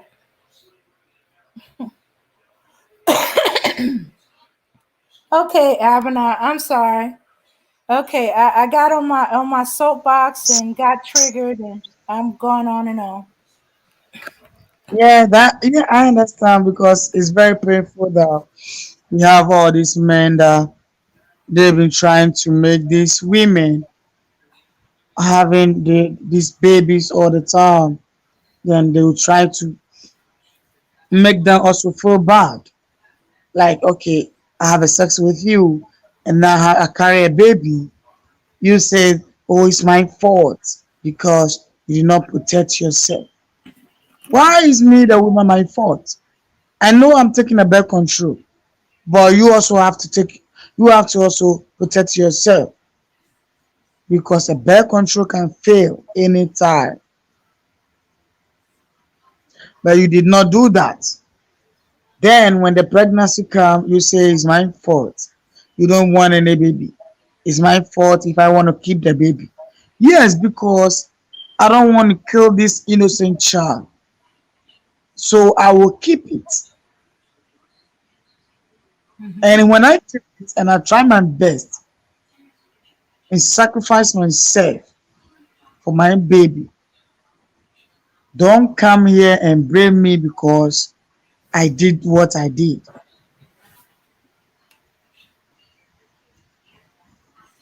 Yeah.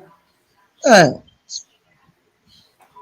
If they knew anything about women, there was always a chance that if she got pregnant, that she was gonna keep the baby. More women keep their babies than actually get an abortion, especially among black women. I don't know where they're yeah, getting these numbers from, um, but I'm telling you, I there are more black women keeping their babies than having abortion. For those who on that abortion rant, yeah, that because abortion is very risky. oh yeah, Yeah, abortion is very risky. You can go to abortion without coming back home again. yeah, So it's better you give birth and take care of the child. That is why it looks like we have more single mothers,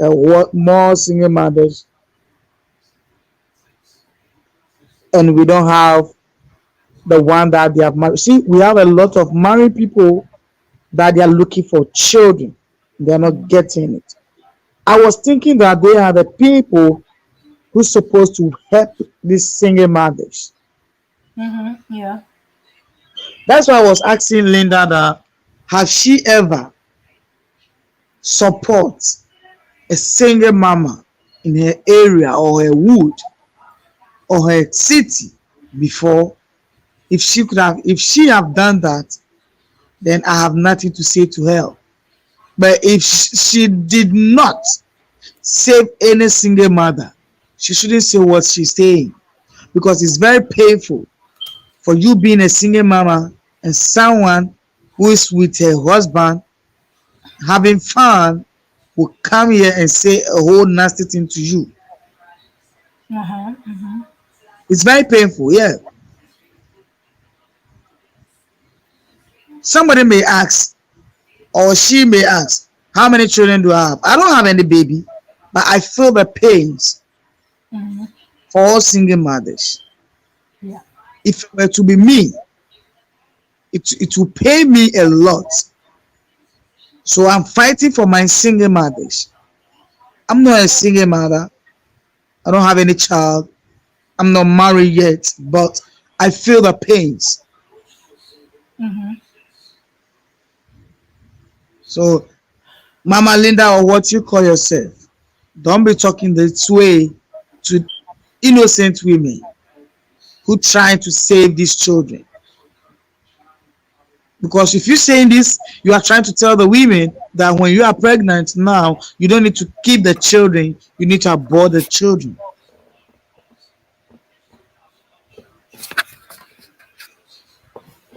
Yeah.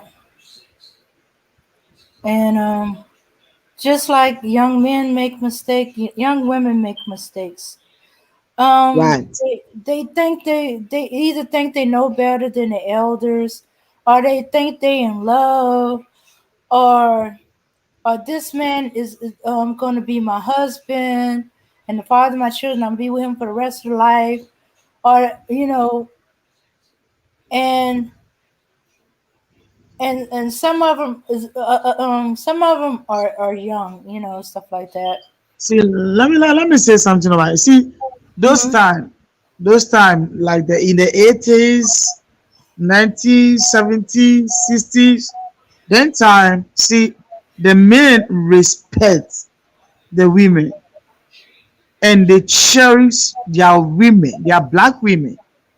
So they don't leave their black women when they are pregnant. They don't leave the mothers alone to suffer or to carry all the burdens, but they support them. So the boys that they were born in those time, all of them are vigilant because they have a man in the house. They have a father in the house who trying to train these boys. But this our generation that we are coming, we are fatherless. We don't have any father Hmm. to train us.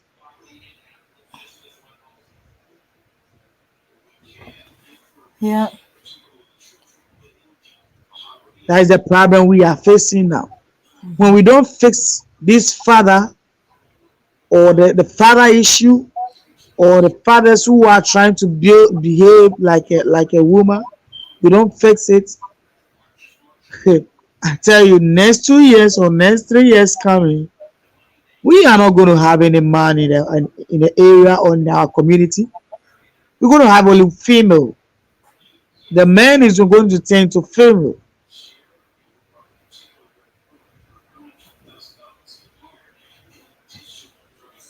Hmm. Well, yeah, I think the only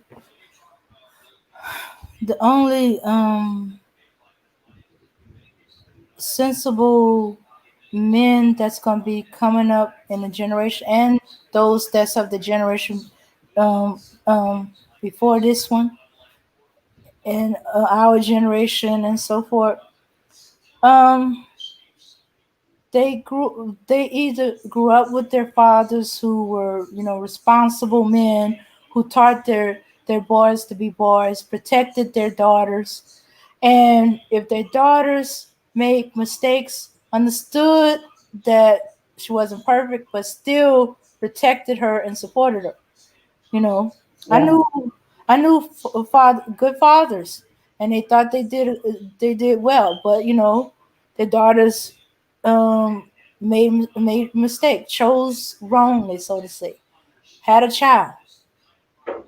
They were mad, yeah, yeah, yeah, but they kept that in the house. They didn't dog her out in the public. They said, okay, you made a mistake. Okay, human being. I love you. I'm gonna love this grandchild, and I'm gonna help you Mm-hmm. all I can. But your days as a child is no longer. They tell you that. All the parents tell you that when you become a parent young, your days as a child is over. And they help. So that's why there's a bunch of kids. They're not really close to their fathers. They have their grandfathers. They have uncles. They have male relatives, because not just the immediate family support, but all the extended, and the community. But as each generation go by, the community gets less and less supported. There's like little it gets smaller. Used to be one huge section, and now it's piecemeal. There's a little piece of community there, and then down this way there's a little piece of community there. And instead of it being a whole big area, it's piecemeal. So there's less and less support. My mom's single mother. I was born in 71. She had the support, even though they bumped heads and stuff like that, of my grandfather. My grandfather. I had uncles. I had great uncles, great aunts, and a whole slew of cousins. older than me, my mom's age cousins, and both male and female. And I had a community. There was a community of older ladies to be trusted, elders, and they would watch me sometimes, rotation while my mom had to work, because the community didn't have daycare. They didn't really need it too much, you know, you know. At the time that I was born, there was very little daycare, and they sure as heck wasn't trusting their kids to a white daycare. So so I had a rotation of elderly women who were my babysitters. The younger I was, Mm-hmm. yeah. And they also very nosy, but that's works because they watch the community. They watch the kids playing in the neighborhood. They watch everything. They watch who's going in and out of the house. If somebody was going in and out of a house that they shouldn't have been or never been, they will call immediately to find out what's going on. Or they will send a man over there who happens to be, hey, go find out what's going on over there.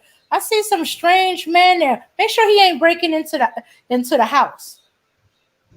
And was sin. Even call some. We had deacons who had their own businesses, or they had rental property, and they would get called by one of the women in the community. Hey, go by so and so's house. Something's off. Some strange man in there.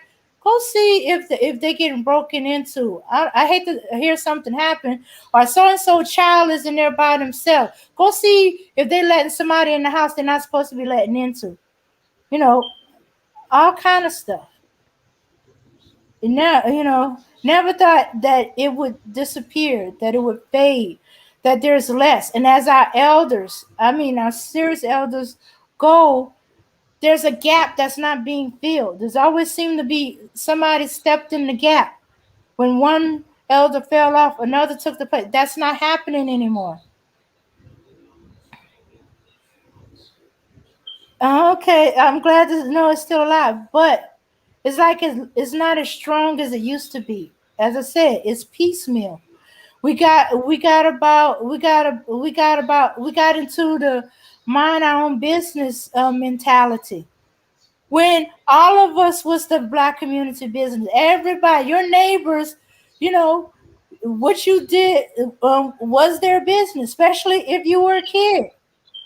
And they will let you know. The part about growing up, every mother in the neighborhood would whip you if you was misbehaving, or if they caught you doing something, then call your parents.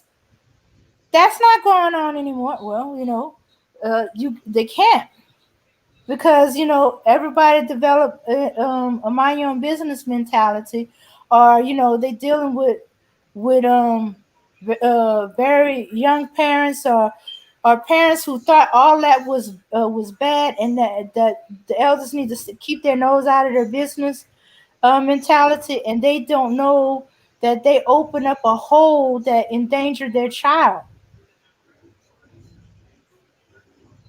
If you and it's thoughtlessness like that, like like when Monique was doing the bonnet thing, and a bunch of her tell her she need to mind her own business and stuff like that. you know I had no problem with Monique said. Would have done if she had told me. I may or may not.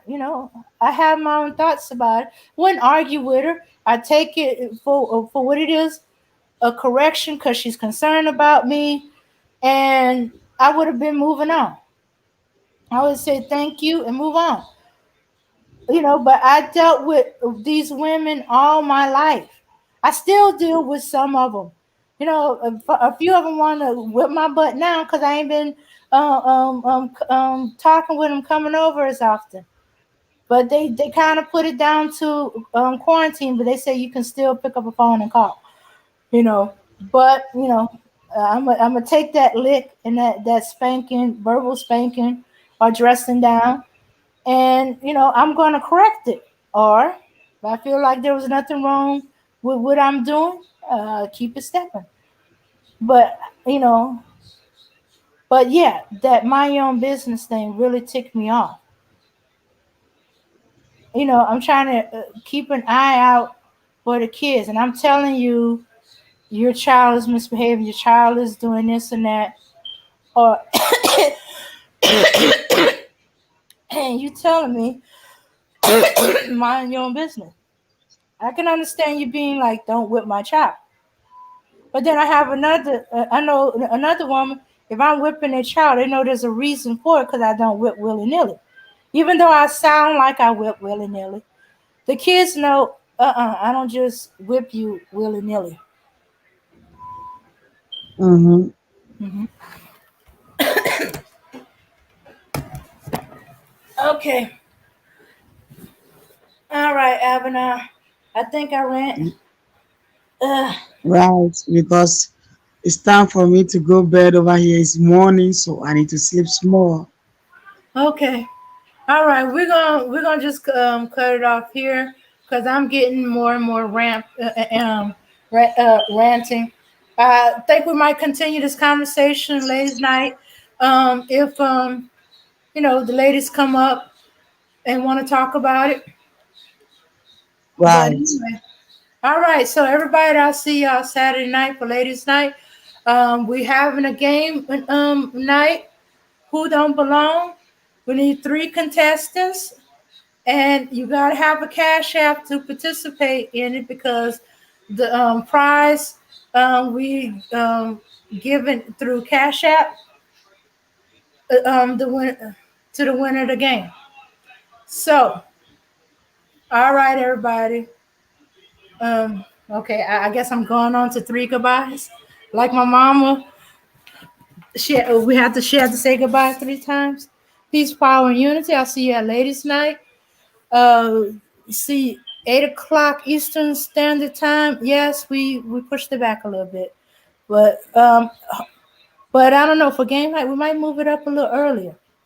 But for right now, well, Kendall, we can't go on forever. Abaddon needs to go to sleep. And hey, if you willing to come up and come up on the panel and talk, I'll let Abaddon go home, go ahead and get some sleep, and then it'll just be me and you talking. But hey, if you're not, we're gonna go because we got ladies' night tomorrow. Uh, Kendall, you got here like about maybe an hour in.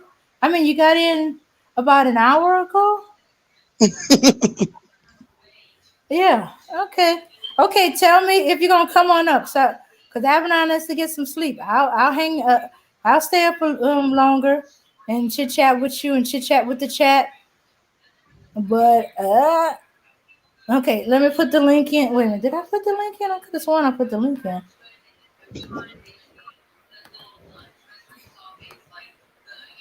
Let's see. Here's the link. There you go. Okay, Abana. You go ahead get a good night's sleep. We gotta be up again tomorrow. Okay. Well, Peace and unity for everyone who make it. all right, Abner. Okay. Yeah, well, yeah, because it's been a long time since you've been over here. It's for us. It's going on the fourth hour. Mhm. Yeah. Yeah. Mhm. So Max went to bed. Abner needs to go to bed. I'm gonna go to bed in a couple of hours, and that's it. But hey, we're gonna be for ladies' night Saturday. You can still come and show up for Saturday, and then we always have shows during the rest of the week. Yeah, make sure you subscribe to us and that notification bell is on. But the way YouTube been going on, we've been having So luck with everybody getting a notification. All right, Kendall. I'll see you for ladies' night. All right, everybody. Peace, power, and unity. We see you for ladies' night. I actually would like to continue this discussion with the ladies on ladies' night. So Charlene, Yvette, let's see. Okay, and Kendall and Truth is y'all be in the chat. And Manuel Briggs. Um, yeah, okay, if Linda Anderson willing to come on up on the panel, I'll probably tolerate her coming so we can talk about this topic that she brought up that makes absolutely no doggone sense. But anyway, y'all have a good night. All right. So let's see. Let me put a little music on. Avana, you can go ahead. I'm just gonna play the music and end it.